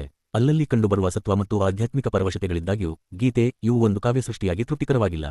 ಅದೇ ವಿಷಯ ಮತ್ತೆ ಮತ್ತೆ ಹೇಳುವುದು, ಪರಿಭಾಷೆ ಮತ್ತು ಅರ್ಥದಲ್ಲಿ ಪುನರುಕ್ತಿಗಳಷ್ಟೇ ವಿರೋಧಾಭಾಸವಾಗಿರುವುದು ಅದಕ್ಕೆ ಗೀತೆಯನ್ನು ರೋಮ ನಿಮಿರಿ ನಿಲ್ಲುವಂತೆ ಮಾಡುವ ಅದ್ಭುತ ಗೀತೆ ಎಂದು ವರ್ಣಿಸಿದಾಗ ಆಶ್ಚರ್ಯವೇನೂ ಆಗುವುದಿಲ್ಲ. 1 ಗೀತಾ ಪು 2 ಅಧ್ಯಾಯ 13 ಶ್ಲೋಕ 4. 268 ಡಾ. ಬಾಬಾ ಸಾಹೇಬ್ ಅಂಬೇಡ್ಕರ್ ಅವರ ಸಮಗ್ರ ಬರೆಹಗಳು ಮತ್ತು ಭಾಷಣಗಳು ಸಂಪುಟ -3. ಇದು ಪರಕೀಯರ ದೃಷ್ಟಿ ಎಂದೇನು ತಳ್ಳಿ ಹಾಕಬೇಕಾಗಿಲ್ಲ. ಪ್ರೊ. ರಾಜವಾಡಿಯವರು ಬ್ಯಾಕ್ಕೋಟ್ ಭಗವದ್ಗೀತೆ ರಚಿಸಿದವರಿಗೆ ವ್ಯಾಕರಣದ ನಿಯಮಗಳೇ ಗೊತ್ತಿಲ್ಲ ಅನ್ನುವ ಮೂಲಕ ಇದೇ ದೃಷ್ಟಿಯನ್ನು ಬೆಂಬಲಿಸುತ್ತಾರೆ. ಬೇರೆ ಬೇರೆ ಸಂಪಾದಕರ ಕೈಯಲ್ಲಿ ಗೀತೆ ಬೇರೆ ಬೇರೆ ಆವೃತ್ತಿಗಳನ್ನು ಕಂಡಿದೆ ಎಂಬುದನ್ನು ಎಲ್ಲರೂ ಒಪ್ಪಿದರೂ ಯಾವ ಭಾಗಗಳು ಮೂಲವಾದವು, ಇನ್ನಾವ ಭಾಗಗಳನ್ನು ನಂತರ ಸೇರಿಸಲಾಗಿದೆ ಎಂಬುದರಲ್ಲಿ ಒಮ್ಮತವಿಲ್ಲ. ದಿವಂಗತ ರಾಜಾರಾಮಶಾಸ್ತ್ರಿ ಭಾಗವತ ಅವರ ಅಭಿಪ್ರಾಯದಲ್ಲಿ ಮೂಲ ಗೀತೆ ಎಲ್ಲಿದ್ದದ್ದು 60 ಶ್ಲೋಕಗಳು ಮಾತ್ರ. ಹಂಬೋಲ್ಟ್ ಅವರು ಗೀತೆಯ ಮೊದಲ 11 ಅಧ್ಯಾಯಗಳು ಮಾತ್ರ ಮೂಲ ಕೃತಿಯೆಂದು 12 ರಿಂದ 18ರವರೆಗಿನ ಅಧ್ಯಾಯಗಳನ್ನು ಸೇರಿಸಲಾಯಿತೆಂದು ಬರೆದಿದ್ದರು. ಮೊದಲ 14 ಅಧ್ಯಾಯಗಳು ಮಾತ್ರ ಆ ಕಾವ್ಯದ ಮೂಲ ಭಾಗವೆಂಬುದು ಹಾಪ್ಕಿನ್ಸ್ ದೃಷ್ಟಿಯಾಗಿತ್ತು. ಪ್ರೊ. ರಾಜವಾಡಿಯವರು 10 ಹಾಗೂ 11ನೇ ಅಧ್ಯಾಯಗಳು ಕೃತ್ರಿಮ ಎಂದು ಭಾವಿಸಿದ್ದಾರೆ. ಪ್ರೊ. ಗಾರ್ಬೆಯವರು ಗೀತೆಯಲ್ಲಿ ಮೂಲದಲ್ಲಿಲ್ಲದ 146 ಶ್ಲೋಕಗಳನ್ನು ಅಂದರೆ 5ನೇ ಒಂದು ಭಾಗಕ್ಕಿಂತ ಹೆಚ್ಚಿನಷ್ಟನ್ನು ಹೊಸದಾಗಿ ಸೇರಿಸಲಾಗಿದೆ ಅನ್ನುತ್ತಾರೆ. ಬ್ಯಾಕ್ಕೋಟ್ ಗೀತೆಯ ಗ್ರಂಥಕರ್ತ ಯಾರೆಂಬ ಬಗ್ಗೆಯೂ ಉಲ್ಲೇಖವಿಲ್ಲ. ಯುದ್ಧ ಭೂಮಿಯಲ್ಲಿ ಕೃಷ್ಣ ಅರ್ಜುನರ ನಡುವೆ ನಡೆದ ಸಂವಾದ ಸಂದರ್ಭದಲ್ಲಿ ಕೃಷ್ಣನು ಅರ್ಜುನನಿಗೆ ತನ್ನ ತತ್ವವನ್ನು ಪ್ರತಿಪಾದಿಸಿ ಹೇಳುವುದೇ ಗೀತೆ. ಈ ಸಂಭಾಷಣೆಯನ್ನು ಸಂಜಯನು ಕೌರವರ ತಂದೆಯಾದ ಧೃತರಾಷ್ಟ್ರನಿಗೆ ನಿರೂಪಿಸುತ್ತಾನೆ.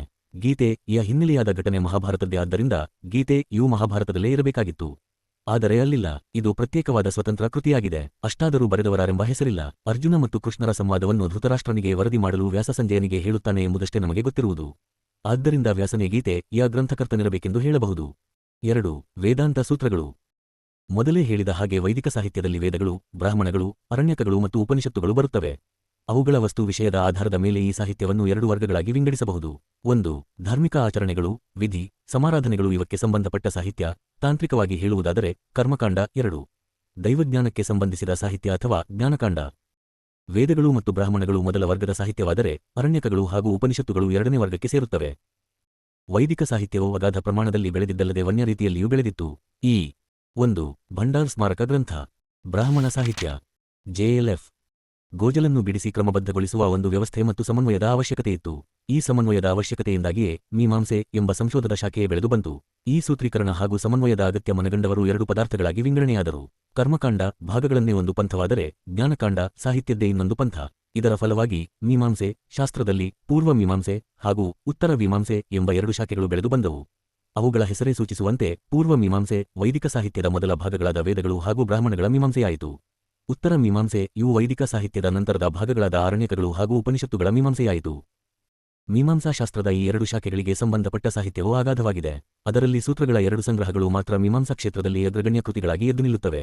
ಇವೆರಡು ಸಂಗ್ರಹಗಳನ್ನು ಹೊರತಂದವರು ಜೈಮಿನಿ ಮತ್ತು ಬಾದರಾಯಣ. ಜೈಮಿನಿ ಸೂತ್ರಗಳು ಕರ್ಮಕಾಂಡಕ್ಕೆ ಸಂಬಂಧಿಸಿದ್ದರೆ ಬಾದರಾಯಣ ಸೂತ್ರಗಳು ಜ್ಞಾನಕಾಂಡವನ್ನು ಕುರಿತದ್ದು. ಬಾದರಾಯಣರಿಗೆ ಮುಂಚೆಯೂ ಜೈಮಿನಿ ಈ ವಿಷಯಗಳ ಮೇಲೆ ಭಾಷ್ಯ ಬರೆದವರಿದ್ದರೆಂಬುದರಲ್ಲಿ ಸಂದೇಹವಿಲ್ಲ. ಅಷ್ಟಾದರೂ ಮೀಮಾಂಸಾಶಾಸ್ತ್ರದ 2 ಶಾಖೆಗಳಲ್ಲಿ ಜೈಮಿನಿ, ಬಾದರಾಯಣರ ಸೂತ್ರಗಳನ್ನೇ ಪ್ರಮಾಣ ಗ್ರಂಥಗಳೆಂದು ಸ್ವೀಕರಿಸಲಾಗಿದೆ. ಇವೆರಡು ಮೀಮಾಂಸೆಗಳಿಗೆ ಸಂಬಂಧಿಸಿದ ಶೋಧಗಳೇ ಆದರೂ ಜೈಮಿನಿ ಸೂತ್ರಗಳಿಗೆ ಮೀಮಾಂಸಾ ಸೂತ್ರಗಳೆಂದು, ಬಾದರಾಯಣ ಸೂತ್ರಗಳಿಗೆ ವೇದಾಂತ ಸೂತ್ರಗಳೆಂದು ಕರೆಯುತ್ತಾರೆ. ವೇದಾಂತ ಎಂದರೆ ವೇದದ ಕೊನೆ ಅಥವಾ ವೇದಗಳ ಕಡೆ ಅಧ್ಯಾಯದಲ್ಲಿ ಬರುವ ತತ್ವಗಳು, ಅರ್ಥಾತ್ ಉಪನಿಷತ್ತುಗಳು ಎಂದರ್ಥ. ಉಪನಿಷತ್ತುಗಳೇ ವೇದಗಳ ಅಂತಿಮ ಧ್ಯೇಯ ಆನಿಸಿಕೊಳ್ಳುವುದರಿಂದ ಅವುಗಳನ್ನು ಸಮನ್ವಯಗೊಳಿಸುವ ಬಾದರಾಯಣ ಸೂತ್ರಗಳಿಗೆ ವೇದಾಂತ ಸೂತ್ರ ಎಂಬ ಹೆಸರು ಬಂದಿದೆ. ಸಂಜಯ ವರದಿ ಮಾಡಬೇಕಾದ ವೇದಗಳ ಕಡೆ ಅಧ್ಯಾಯದಲ್ಲಿ ಬರುವ ತತ್ವಗಳಿವು. ಇದೇ ವೇದಾಂತ ಸೂತ್ರಗಳ ಉಗಮ. ಯಾರು ಈ ಬಾದರಾಯಣ? ಆತ ಈ ಸೂತ್ರಗಳನ್ನು ಯಾಕೆ ಮತ್ತು ಯಾವಾಗ ರಚಿಸಿದ? ಆ ಹೆಸರಿನ ಹೊರತಾಗಿ ಬಾದರಾಯಣನ ಬಗ್ಗೆ ಬೇರೇನೂ ತಿಳಿದು ಬಂದಿಲ್ಲ. ಇದು ಈ ಲೇಖಕನ 1. ಹಾಗೆ ನೋಡಿದರೆ ಕರ್ಮಕಾಂಡದ ಸಮನ್ವಯವು ಕಲ್ಪಸೂತ್ರಗಳು ಮತ್ತು ಪೂರ್ವ ಮೀಮಾಂಸಾ ಸೂತ್ರಗಳೆಂಬ 2 ಬಗೆಯ ಕೃತಿಗಳಿಗೆ ದಾರಿಯಾಯಿತು. ಮೊದಲನೆಯದು ಬ್ರಾಹ್ಮಣಗಳಲ್ಲಿ ಎಡಕವಾದ ವಿಧಿವಿಧಾನಗಳ ಸಂಕ್ಷಿಪ್ತ ವಿವರಣೆ ಕೊಟ್ಟರೆ, ಎರಡನೆಯದು ಕಲ್ಪಸೂತ್ರದ ಸಿದ್ಧಾಂತವನ್ನೇ ವಿವರಿಸಿ ಬೆಂಬಲಿಸುತ್ತದೆ. ಅವಕ್ಕೆ ಕರ್ಮ ಮೀಮಾಂಸಾ ಎಂಬ ಹೆಸರೂ ಇದೆ. 2. 3. ಇದಕ್ಕೆ ಉತ್ತರ ಮೀಮಾಂಸಾ ಸೂತ್ರ, ಬ್ರಹ್ಮಸೂತ್ರ, ಶಾರೀರಿಕ ಸೂತ್ರ, ಶಾರೀರಿಕ ಮೀಮಾಂಸಾ ಸೂತ್ರ ಎಂಬ ಹೆಸರುಗಳೂ ಇವೆ. 4. ಜೈಮಿನಿ ವಿಷಯವೂ ಹಾಗೆಯೇ ಕಾಣೆ. ಎ ಬ್ರೀಫ್ ಸೈಜ್ ಆಫ್ ಪೂರ್ವ ಮೀಮಾಂಸಾ ದಲ್ಲಿ ಪು. 12 ಹೇಳುತ್ತಾರೆ. ಜೈಮಿನಿಯ ಬಗ್ಗೆ ಏನೂ ತಿಳಿದು ಬಂದಿಲ್ಲ. ಜೈಮಿನಿ ಹೆಸರಿಗೆ ಒಂದು ಬ್ರಾಹ್ಮಣ, ಒಂದು ಪೌತ್ರಸೂತ್ರ ಹಾಗೂ ಒಂದು ಗೃಹ್ಯಸೂತ್ರವನ್ನು ಜೋಡಿಸಲಾಗಿದೆ. ಆದರೆ ಅವೆಲ್ಲವೂ ವೇದಾಂತ ಸೂತ್ರಕರ್ತೃವಿನ ಕೃತಿಗಳೇ. ಡಾ. ಬಾಬಾ ಸಾಹೇಬ್ ಅಂಬೇಡ್ಕರ್ ಅವರ ಸಮಗ್ರ ಬರೆಹ ಸಂಪುಟ -3. ನಿಜವಾದ ಹೆಸರೇ ಎಂಬುದು ಸ್ಪಷ್ಟವಿಲ್ಲ. ಮುಖ್ಯ ಟೀಕಾಕಾರರಲ್ಲೂ ಈ ಸೂತ್ರಗಳನ್ನು ಬರೆದವರಾರೆಂಬ ಬಗ್ಗೆ ಸಾಕಷ್ಟು ಅನಿಶ್ಚಯತೆ ಇದೆ. ಕೆಲವರು ಬಾದರಾಯಣನೇ ಸೂತ್ರಗಳ ರಚನಾಕಾರ ಎಂದರೆ ಉಳಿದವರು ವ್ಯಾಸನೇ ಲೇಖಕ ಎನ್ನುತ್ತಾರೆ. ಇನ್ನು ಉಳಿದವರು ಬಾದರಾಯಣ ಮತ್ತು ವ್ಯಾಸ ಇಬ್ಬರೂ ಒಬ್ಬರೇ ಎನ್ನುತ್ತಾರೆ.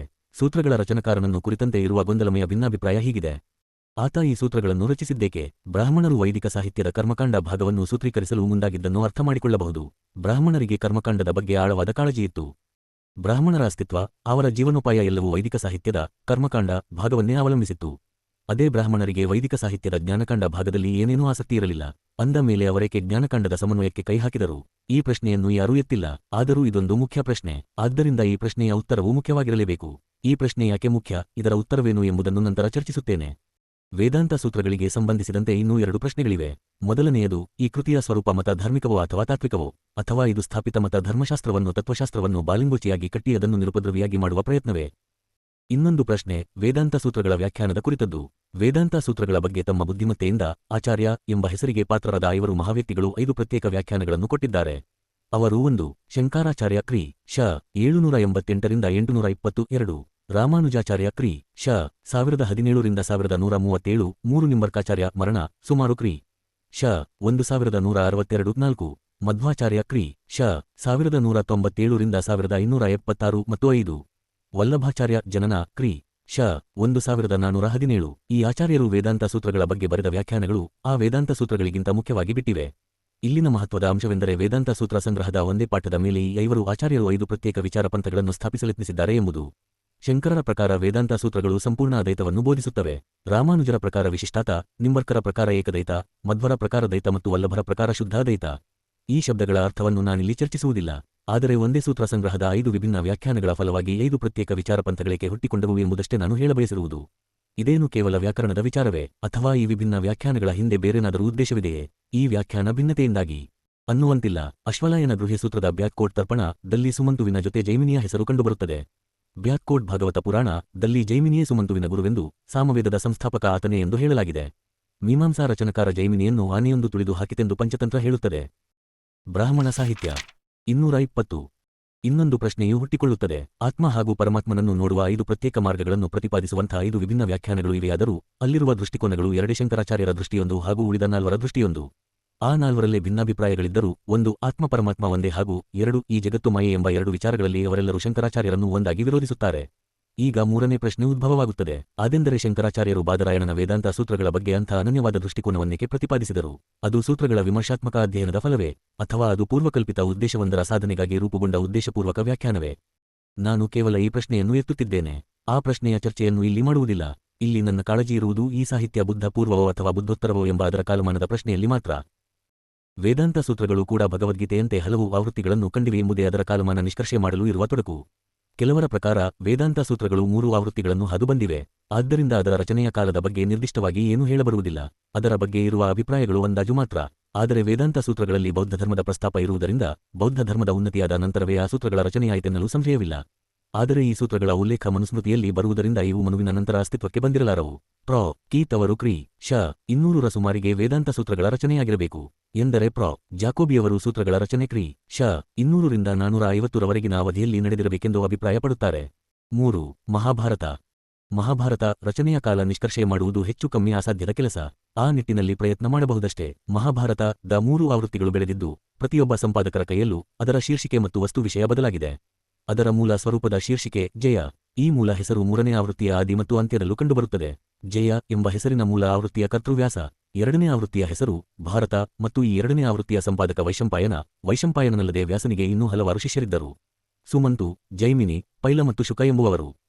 ಬೆಳವಳಕ್ ನೋಡಿ. ಬಸುಮಲ್ಲಿಕ ಉಪನ್ಯಾಸ ವೇದಾಂತ ಉಪನ್ಯಾಸ 4. 2. ರಾಧಾಕೃಷ್ಣನ್ ಇಂಡಿಯನ್ ಫಿಲಾಸಫಿ ಸಂಘಟ 2. ಮಠ 430 ನೋಡಿ. ಡಾ. ಬಾಬಾ ಸಾಹೇಬ್ ಅಂಬೇಡ್ಕರ್ ಅವರ ಸಮಗ್ರ ಬರೆಹಗಳು ಮತ್ತು ಭಾಷಣಗಳು ಸಂಪುಟ -3. ವ್ಯಾಸನ ಇನ್ನೂ 4 ಶಿಷ್ಯರು. ಇವರೆಲ್ಲರೂ ತಮ್ಮ ಆವೃತ್ತಿಗಳನ್ನು ಹೊರತಂದರು. ಆದ್ದರಿಂದ ಭಾರತ ಅದ್ದೇ ಇನ್ನೂ 4 ಆವೃತ್ತಿಗಳಿವೆ. ವೈಶಂಪಾಯನ ಇವೆಲ್ಲವನ್ನು ಕ್ರೋಢೀಕರಿಸಿ ತನ್ನದೇ ಆವೃತ್ತಿ ರೂಪಿಸಿದ. 3ನೇ ಸಂಪಾದಕ ಸೌತಿ. ಈತ ವೈಶಂಪಾಯನನ ಭಾರತವನ್ನೇ ಮನರಚಿಸಿದ. ಕಡೆಗೆ ಸ್ವತಿಯ ಆವೃತ್ತಿಗೆ ಮಹಾಭಾರತ ಎಂಬ ಹೆಸರು ಬಂದಿತು. ಇಷ್ಟರಲ್ಲಿ ಆ ಗ್ರಂಥವು ಗಾತ್ರ ಹಾಗೂ ವಸ್ತು ವಿಷಯಗಳೆರಡರಲ್ಲೂ ಬೆಳೆಯಿತು. ವ್ಯಾಸನ ಜಯ 8800 ಶ್ಲೋಕಗಳಿಗಿಂತ ಹೆಚ್ಚಿಲ್ಲದ ಪುಟ್ಟ ಕೃತಿಯಾಗಿತ್ತು. ವೈಶಂಪಾಯನನ ಕೈಯಲ್ಲಿ ಅದೇ 24,000 ಶ್ಲೋಕಗಳಿಗೆ ಬೆಳೆಯಿತು. ಸೌತಿ ಅದನ್ನು 96,836 ಶ್ಲೋಕಗಳಿಗೆ ವಿಸ್ತರಿಸಿದ. ಇನ್ನು ವಸ್ತುವಿಷಯಕ್ಕೆ ಬಂದರೆ ವ್ಯಾಸನ ಮೂಲ ಕೃತಿಯು ಕೌರವ ಪಾಂಡವರ ಯುದ್ಧದ ಕತೆ ಮಾತ್ರವಾಗಿತ್ತು. ವೈಶಂಪಾಯನನ ಕೈಯಲ್ಲಿ ಇದೇ ವಸ್ತುವಿಗೆ 2 ಆಯಾಮ ಸಿಕ್ಕಿತು. ಮೂಲ ಕತೆಗೆ ಈಗ ನೀತಿಬೋಧೆಯು ಸೇರ್ಪಡೆಯಾಯಿತು. ಶುದ್ಧ ಚಾರಿತ್ರಿಕ ಕೃತಿಯಾಗಿದ್ದದ್ದು ಈಗ ಸಾಮಾಜಿಕ, ನೈತಿಕ ಹಾಗೂ ಧಾರ್ಮಿಕ ಕರ್ತವ್ಯಗಳನ್ನು ಬೋಧಿಸುವ ಉಪದೇಶಾತ್ಮಕ ಗ್ರಂಥವಾಗಿ ಮಾರ್ಪಟ್ಟಿತು. ಇನ್ನು ಕಡೆಯ ಸಂಪಾದಕ ಸೌತಿಯು ಅದನ್ನೇ ಸರ್ವಗ್ರಾಹಿ ಐತಿಹ್ಯಗಾಥೆಗಳ ಭಂಡಾರವಾಗಿ ಮಾಡಿದ. ಭಾರತಕ್ಕೆ ಸಂಬಂಧವೇ ಇರದಿದ್ದ ಎಲ್ಲ ಸಣ್ಣಪುಟ್ಟ ಸ್ವತಂತ್ರ ದಂತಕತೆಗಳು, ಚಾರಿತ್ರಿಕ ಕತೆಗಳೆಲ್ಲವೂ ಕಳೆದು ಹೋಗದಂತೆ ಅಥವಾ ಒಂದೆಡೆ ಸಿಗುವಂತೆ ಇದರಲ್ಲಿ ಒಟ್ಟುಗೂಡಿದವು. ಜೊತೆಗೆ ಸೌತಿಗೆ ಭಾರತವನ್ನು ಎಲ್ಲ ಕಲಿಕೆ ಹಾಗೂ ಜ್ಞಾನಗಳ ಭಂಡಾರವಾಗಿ ಮಾಡುವ ಇನ್ನೊಂದು ಆಕಾಂಕ್ಷೆಯೂ ಇತ್ತು. ಇದೇ ಕಾರಣಕ್ಕೆ ಆತ ರಾಜನೀತಿ, ಭೂಗೋಳ, ಧನುರ್ವಿದ್ಯೆ ಮುಂತಾದ ಎಲ್ಲ ಜ್ಞಾನಶಾಖೆಗಳ ಭಾಗಗಳನ್ನು ಸೇರಿಸಿದ ಸೌತಿಯ ಪುನರಾವರ್ತನೆಯ ಹವ್ಯಾಸವನ್ನು ನೋಡಿದರೆ ಆತನ ಕೈಯಲ್ಲಿ ಭಾರತ ಮಹಾಭಾರತ ವಾದದ್ದರಲ್ಲೇನೂ ಆಶ್ಚರ್ಯವಿಲ್ಲ. ಈಗ ಅದರ ರಚನೆಯ ಕಾಲದ ಬಗ್ಗೆ ಹೇಳಬೇಕೆಂದರೆ ಕೌರವ ಪಾಂಡವರ ಯುದ್ಧ ತೀರಾ ಪ್ರಾಚೀನ ಘಟನೆ ಎಂಬುದರಲ್ಲೇನೂ ಅನುಮಾನವಿಲ್ಲ. ಆಂದ ಮಾತ್ರಕ್ಕೆ ವ್ಯಾಸನ ರಚನೆಯು ಈ ಘಟನೆಯಷ್ಟೇ ಹಳೆಯದು ಅಥವಾ ಸಮಕಾಲೀನವಾದದ್ದು ಎಂದೇನೂ ಅರ್ಥವಲ್ಲ. ಇದರ ಪ್ರತ್ಯೇಕ ಆವೃತ್ತಿಗಳ ಕಾಲ ನಿಗದಿ ಮಾಡುವುದು ಕಷ್ಟವೇ. ಒಟ್ಟಾರೆಯಾಗಿ ನೋಡಿ. ಪ್ರೊ. ಹಾಪ್ಕಿನ್ಸ್ ಹೀಗೆ ಹೇಳುತ್ತಾರೆ. 1. ಸಾಧಾರಣವಾಗಿ ಹೇಳುವುದಾದರೆ ಮಹಾಭಾರತ ರಚನೆಯ ಕಾಲ ಕ್ರಿ. ಶ. 200ರಿಂದ 400ರ ನಡುವಿನದು. ಇದರಲ್ಲಿ ನಂತರದ ಸೇರ್ಪಡೆಗಳನ್ನಾಗಲಿ ಅಥವಾ ಮುಂದಿನ ಸಂಪಾದಕರು ಮಾಡಿದ ಬದಲಾವಣೆಗಳನ್ನಾಗಲಿ ಗಣನೆಗೆ ತೆಗೆದುಕೊಂಡಿಲ್ಲ. ಆದರೆ ಇನ್ನೂ ಈಚಿನ ಕಾಲಮಾನದತ್ತ ಸ್ಪಷ್ಟವಾಗಿ ಬೊಟ್ಟು ಮಾಡುವ ಬೇರೆ ಕೆಲವು ಸನ್ನಿವೇಶಗಳಿವೆ. ಮಹಾಭಾರತ ದಲ್ಲಿ ಹೂಣರ ಪ್ರಸ್ತಾಪವಿದೆ. ಹೂಣರೊಡನೆ ಕ್ರಿ. ಶ. 455ರ ಸುಮಾರಿಗೆ ಕಾದಾಡಿಯವರನ್ನು ಸೋಲಿಸಿದವನು ಸ್ಕಂದಗುಪ್ತ. ಅಷ್ಟಾದರೂ ಕ್ರಿ. ಶ. 528ರವರೆಗೆ ಹೂಣರ ಧಾಳಿ ಮುಂದುವರೆಯಿತು. ಆದ್ದರಿಂದ ಆ ಕಾಲದಲ್ಲಿ ಅಥವಾ ಅದರ ನಂತರ ಮಹಾಭಾರತ ರಚನೆಯಾಯಿತೆಂಬುದು ಸ್ಪಷ್ಟವಾಗುತ್ತದೆ. ಇನ್ನೂ ನಂತರದ ಕಾಲಮಾನವನ್ನು ಸೂಚಿಸುವ ಸುಳಿವುಗಳನ್ನು ಕೋಸಾಂಬಿಯವರು ಎತ್ತಿ. 1. Hopkin the great epic of India ಪು. 389. 2. ಹಿಂದಿ ಸಂಸ್ಕೃತಿ ಆಣಿ ಅಹಿಂಸಾ ಮರಾಠಿ. ಬ್ರಾಹ್ಮಣ ಸಾಹಿತ್ಯ 273. ತೋರಿಸಿದ್ದಾರೆ. ಮಹಾಭಾರತ ಮೇಚರು ಅಥವಾ ಮುಸ್ಲಿಮರನ್ನು ಉಲ್ಲೇಖಿಸುತ್ತದೆ. ವನಪರ್ವದ 190ನೇ ಅಧ್ಯಾಯದ 29ನೇ ಶ್ಲೋಕದಲ್ಲಿ ಗ್ರಂಥಕರ್ತನು ಇಡೀ ಜಗತ್ತು ಇಸ್ಲಾಮಯವಾಗುವುದು, ಎಲ್ಲ ಆರ್ಯ ವಿಧ ಧಾರ್ಮಿಕ ಪದ್ಧತಿಗಳು ಕೊನೆಗೊಳ್ಳುವು ಎನ್ನುತ್ತಾನೆ. ಇದು ಮುಸ್ಲಿಮರ ನೇರ ಪ್ರಸ್ತಾಪವಾಗಿದ್ದು ಈ ಶ್ಲೋಕ ಭವಿಷ್ಯವಾಣಿಯಂತಿದ್ದರೂ ಮಹಾಭಾರತವು ಪುರಾಣವಾದ್ದರಿಂದ ಇದು ಆಗಿಹೋದ ಘಟನೆಯೆಂದೇ ತಿಳಿದುಬೇಕಾಗುತ್ತದೆ. ಈ ಶ್ಲೋಕವನ್ನು ಹೀಗೆ ಅರ್ಥಮಾಡಿಕೊಂಡಾಗ ಭಾರತದ ಮೇಲೆ ಮುಸ್ಲಿಮರ ದಾಳಿ ನಡೆದ ಮೇಲೆಯೇ ಮಹಾಭಾರತ ರಚನೆಯಾಯಿತು ಎಂದಾಗುತ್ತದೆ. ಇದೇ ತೀರ್ಮಾನಕ್ಕೆ ದಾರಿಯಾಗುವ ಇನ್ನೂ ಕೆಲವು ಪ್ರಸ್ತಾಪಗಳಿವೆ. ಅದೇ ಅಧ್ಯಾಯದ 59ನೇ ಶ್ಲೋಕ, ವೃಷಲರಿಂದ ದಮನಗೊಂಡ ಭೀತಿಗ್ರಸ್ತ ಬ್ರಾಹ್ಮಣರು ತಮ್ಮನ್ನು ರಕ್ಷಿಸಲು ಯಾರನ್ನೂ ಕಾಣದೆ ನರಳುತ್ತಾ ಅಳುತ್ತಾ ಇಡೀ ಜಗತ್ತು ಸುತ್ತುತ್ತಾರೆ ಎನ್ನುತ್ತದೆ. ಈ ಶ್ಲೋಕದಲ್ಲಿ ಬರುವ ವೃಷಲರು ಎಂದರೆ ಬೌದ್ಧರಿರಲಾರರು. ಯಾಕೆಂದರೆ ಬ್ರಾಹ್ಮಣರ ಮೇಲೆ ದಬ್ಬಾಳಿಕೆ ನಡೆಯಿತೆನ್ನಲು ಆಣು ಮಾತ್ರದಷ್ಟು ರುಜುವಾತಿಲ್ಲ. ಇದಕ್ಕೆ ಪ್ರತಿಯಾಗಿ ಬೌದ್ಧರ ಕಾಲದಲ್ಲಿ ಬೌದ್ಧ ಭಿಕ್ಷುಗಳಷ್ಟೇ ಔದಾರ್ಯದಿಂದ ಬ್ರಾಹ್ಮಣರನ್ನು ನಡೆಸಿಕೊಳ್ಳಲಾಗುತ್ತಿತ್ತೆನ್ನಲು ರುಜುವಾತಿದೆ. ಆದ್ದರಿಂದ ಇಲ್ಲಿ ವೃಷಲ ಎಂದರೆ ಅಸಂಸ್ಕೃತ ಎನ್ನುವ ಉಲ್ಲೇಖ ಮುಸ್ಲಿಂ ದಾಳಿಕೋರರನ್ನು ಕುರಿತದ್ದೇ ಆಗಿರಬೇಕು. ಹಾಗಾದಲ್ಲಿ ಭಾರತದ ಮೇಲೆ ಮುಸ್ಲಿಂ ದಾಳಿ ಆರಂಭವಾದ ಮೇಲೆಯೇ ಮಹಾಭಾರತದ ಕೆಲವು ಭಾಗಗಳಾದರೂ ರಚನೆಯಾಗಿರಬೇಕು ಎಂದಾಗುತ್ತದೆ. ವನಪರ್ವದ ಅದೇ ಅಧ್ಯಾಯದ ಇನ್ನೂ ಕೆಲವು ಶ್ಲೋಕಗಳು ಇದೇ ತೀರ್ಮಾನಕ್ಕೆ ದಾರಿ ಮಾಡುತ್ತವೆ. 65, 66, 67ನೇ ಶ್ಲೋಕಗಳಲ್ಲಿ ಸಮಾಜವು ವಾಸ್ತವ್ಯಸ್ತವಾಗುವುದು. ಜನರು ಏದುಕಗಳನ್ನು ಪೂಜಿಸುವರು, ದೇವರುಗಳನ್ನು ಬಹಿಷ್ಕರಿಸುವರು, ಶೂದ್ರರು ದ್ವಿಜರ ಸೇವೆ ಮಾಡುವುದಿಲ್ಲ, ಇಡೀ ಜಗತ್ತು ಏದುಕಗಳಿಂದ ತುಂಬಿ ಹೋಗುವುದು, ಯುಗವು ಕೊನೆಗೊಳ್ಳುವುದು ಎಂದು ಹೇಳಲಾಗಿದೆ. ಇಲ್ಲಿ ಏದುಕ ಎಂಬ ಶಬ್ದಕ್ಕೆ ಅತೀವ ಮಹತ್ವವಿದೆ. ಏದುಕ ಎಂದರೆ ಮೂಳೆ, ಅದರಲ್ಲೂ ಬುದ್ಧನ ಮೂಳೆ ಮತ್ತು ಮೂಳೆಗಳು ಚೈತ್ಯದಲ್ಲಿರುವುದರಿಂದ ಏದುಕ ಎಂದರೆ ಬೌದ್ಧ ಚೈತ್ಯಗಳೇ ಎಂದು ಕೆಲವರು ಅರ್ಥ ಮಾಡಿಕೊಂಡಿದ್ದಾರೆ. ಆದರೆ ಕೋಸಂಬಿಯವರ ಪ್ರಕಾರ ಈ ದೃಷ್ಟಿ ತಪ್ಪು. ಯಾಕೆಂದರೆ ಬೌದ್ಧ ಸಾಹಿತ್ಯದಲ್ಲಾಗಲಿ ವೈದಿಕ ಸಾಹಿತ್ಯದಲ್ಲಾಗಲಿ ಏದುಕ ಎಂಬ ಪದ ಎಲ್ಲೂ ಚೈತ್ಯ ಎಂಬ ಅರ್ಥದಲ್ಲಿ ಬಳಕೆಯಾಗಿಲ್ಲ. ಇದಕ್ಕೆ ಪ್ರತಿಯಾಗಿ ಮಹೇಶ್ವರ ಭಟ್ಟನ ವ್ಯಾಖ್ಯಾನದ ಅಮರಕೋಶದ ಪ್ರಕಾರ ಯದುಕ ಎಂಬುದು ಮರದ ರಚನೆಯ ಬಲದ ಮೇಲೆ ನಿಂತ ಗೋಡೆ. ಹೀಗಾದಲ್ಲಿ ಏದುಕ ಅಂದರೆ ಮುಸ್ಲಿಮರು ಪ್ರಾರ್ಥನೆ ಹೇಳುವ ಈದ್ಯಾ ಎಂದು ಕೋಸಂಬಿ ಹೇಳುತ್ತಾರೆ. ಇದು ಸರಿಯಾದ ವ್ಯಾಖ್ಯಾನವಾಗಿದ್ದರೆ ಮಹಾಭಾರತದ ಕೆಲವು ಭಾಗಗಳಾದರೂ ಮುಸ್ಲಿಮರ, ಅದರಲ್ಲೂ ಮಹಮ್ಮದ್ ಗೋರಿಯ ದಾಳಿ ನಂತರದ ಕಾಲದಲ್ಲಿ ರಚನೆಯಾಗಿರಬೇಕು ಎಂದಾಗುತ್ತದೆ. ಮೊದಲ ಮುಸ್ಲಿಂ ದಾಳಿ ನಡೆದಿದ್ದು ಕ್ರಿ. ಶ. 721ರಲ್ಲಿ ಟೆಕಾಸಿಂ ನೇತೃತ್ವದಲ್ಲಿ. ಆತ ಉತ್ತರ ಭಾರತದ ಕೆಲವು ಪಟ್ಟಣಗಳನ್ನು ವಶಕ್ಕೆ ತೆಗೆದುಕೊಂಡು 2 ಧರ್ಮಗಳ ಅರ್ಚಕರನ್ನು ಕೊಂದರೂ ಹೆಚ್ಚಾಗಿ ದೇವಾಲಯಗಳು ಹಾಗೂ ವಿಹಾರಗಳನ್ನು ನಾಶಪಡಿಸಲಿಲ್ಲ. ಅದೂ ಅಲ್ಲದೆ ಆತ ಮಸೀದಿ ಈದ್ಯಾಗಳ ನಿರ್ಮಾಣದಲ್ಲೂ ತೊಡಗಲಿಲ್ಲ. ಆ ಕೆಲಸ ಮಾಡಿದ್ದು ಮಹಮ್ಮದ್ ಗೋರಿ. ಆದ್ದರಿಂದ ಮಹಾಭಾರತದ ರಚನೆ ಕ್ರಿಸ್ತ ಶಕ 1200ರವರೆಗೂ ನಡೆದೇ ಇತ್ತೆಂದು ಧಾರಾಳವಾಗಿ ಹೇಳಬಹುದು. 274 ಡಾ. ಬಾಬಾ ಸಾಹೇಬ್ ಅಂಬೇಡ್ಕರ್ ಅವರ ಸಮಗ್ರ ಬರೆಹಗಳು ಮತ್ತು ಭಾಷಣಗಳು ಸಂಪುಟ -3. 4. ರಾಮಾಯಣ. ಮಹಾಭಾರತದಂತೆಯೇ ರಾಮಾಯಣ 3 ಆವೃತ್ತಿಗಳನ್ನು ಕೂಡಿದೆ ಎಂಬುದು ನಿಜ. ಮಹಾಭಾರತದಲ್ಲಿ ರಾಮಾಯಣ ಕುರಿತು 2 ಬಗೆಯ ಉಲ್ಲೇಖಗಳಿವೆ. ಒಂದು ಕಡೆ ಕರ್ತೃವಿನ ಪ್ರಸ್ತಾಪವೇ ಇಲ್ಲದೆ ಕೇವಲ ರಾಮಾಯಣದ ಹೆಸರು ಬರುತ್ತದೆ. ಇನ್ನೊಂದು ಕಡೆ ವಾಲ್ಮೀಕಿ ರಾಮಾಯಣ ಎಂಬ ಉಲ್ಲೇಖವೂ ಇದೆ. ಆದರೆ ಈಗಿರುವ ರಾಮಾಯಣ ವಂತು ವಾಲ್ಮೀಕಿಯ ರಾಮಾಯಣವಲ್ಲ. ಸಿ. ವಿ. ವೈದ್ಯ ಅವರ ಅಭಿಪ್ರಾಯದಲ್ಲಿ ಈಗಿನ ರಾಮಾಯಣವನ್ನು ಸರ್ವಮಾನ್ಯ ಟೀಕಾಕಾರ ಕಟಕನೆ ಒಪ್ಪಿ ಅನುಮೋದಿಸಿದ್ದರೂ ಅದು ವಾಲ್ಮೀಕಿ ಬರೆದ ಮೂಲ ರಾಮಾಯಣವಲ್ಲ ಎಂಬುದರಲ್ಲಿ ಯಾರಿಗೂ ಅನುಮಾನವಿರಲಾರದು. ನಾವು ಬಂಗಾಳ ಪಾಠವನ್ನು ನೋಡಲಿ, ಮುಂಬೈ ಪಾಠವನ್ನು ನೋಡಲಿ, ಈಗಿನ ರಾಮಾಯಣದಲ್ಲಿ ತುಂಬಿಹೋಗಿರುವ ವಿಸಂಗತಿಗಳು, ಕೊಂಡಿ ತಪ್ಪಿದ ವಿವರಗಳು, ಹಳೆ ಹಾಗೂ ಹೊಸ ವಿಚಾರಗಳ ಸಮಾಂತರ ಮಂಡನೆಯು ಕುತೂಹಲಕ್ಕೆ ಕಾವ್ಯ ಓದುವವನಿಗೂ ಒಡೆದು ಕಾಣಿಸುತ್ತದೆ. ಆದ್ದರಿಂದ ವಾಲ್ಮೀಕಿ ರಾಮಾಯಣವನ್ನು ನಂತರದ ದಿನಗಳಲ್ಲಿ ಸಾಕಷ್ಟು ಪುನರಚಿಸಲಾಗಿದೆ ಎಂಬ ನಿರ್ಧಾರಕ್ಕೆ ಬರಲೇಬೇಕಾಗುತ್ತದೆ. ಮಹಾಭಾರತದಂತೆಯೇ ರಾಮಾಯಣದ ವಸ್ತುವು ಅಂಗವೃದ್ಧಿ ಹೊಂದಿದೆ. ಮೂಲದಲ್ಲಿ ಅದು ರಾಮನ ಪತ್ನಿ ಸೀತೆಯನ್ನು ರಾವಣ ಅಪಹರಿಸಿದ್ದರಿಂದ ಉಂಟಾದ ರಾಮರಾವಣರ ಕಾಳಗದ ಕತೆ. 2ನೇ ಆವೃತ್ತಿಯಲ್ಲಿ ಇದೇ ನೀತಿಬೋಧೆ ಸಹಿತ ಕಥೆಯಾಯಿತು. ಶುದ್ಧ ಚಾರಿತ್ರಿಕ ಕೃತಿಯಿಂದ ಸಾಮಾಜಿಕ, ನೈತಿಕ ಹಾಗೂ ಧಾರ್ಮಿಕ ಕರ್ತವ್ಯಗಳನ್ನು ಬೋಧಿಸುವ ಉಪದೇಶಾತ್ಮಕ ಸಂಹಿತೆಯಾಗಿ ಬೆಳೆಯಿತು. ಇದೇ 3ನೇ ಆವೃತ್ತಿಯ ರೂಪ ತಳೆದಾಗ ಇದು ಕೂಡ ಮತ್ತೆ ಮಹಾಭಾರತದಂತೆಯೇ ದಂತಕಥೆಗಳು, ಜ್ಞಾನ, ಕಲಿಕೆ, ತತ್ವಶಾಸ್ತ್ರ ಮತ್ತಿತರ ಕಲೆ ವಿಜ್ಞಾನಗಳ ಭಂಡಾರವಾಯಿತು. ಇನ್ನು ರಾಮಾಯಣ ರಚನೆಯ ಕಾಲಕ್ಕೆ ಬಂದರೆ ರಾಮನ ಕತೆ ಪಾಂಡುವಿನ ಕತೆಗಿಂತಲೂ ಹಳೆಯದೆಂದು ಸಿದ್ಧವಾಗಿದೆ.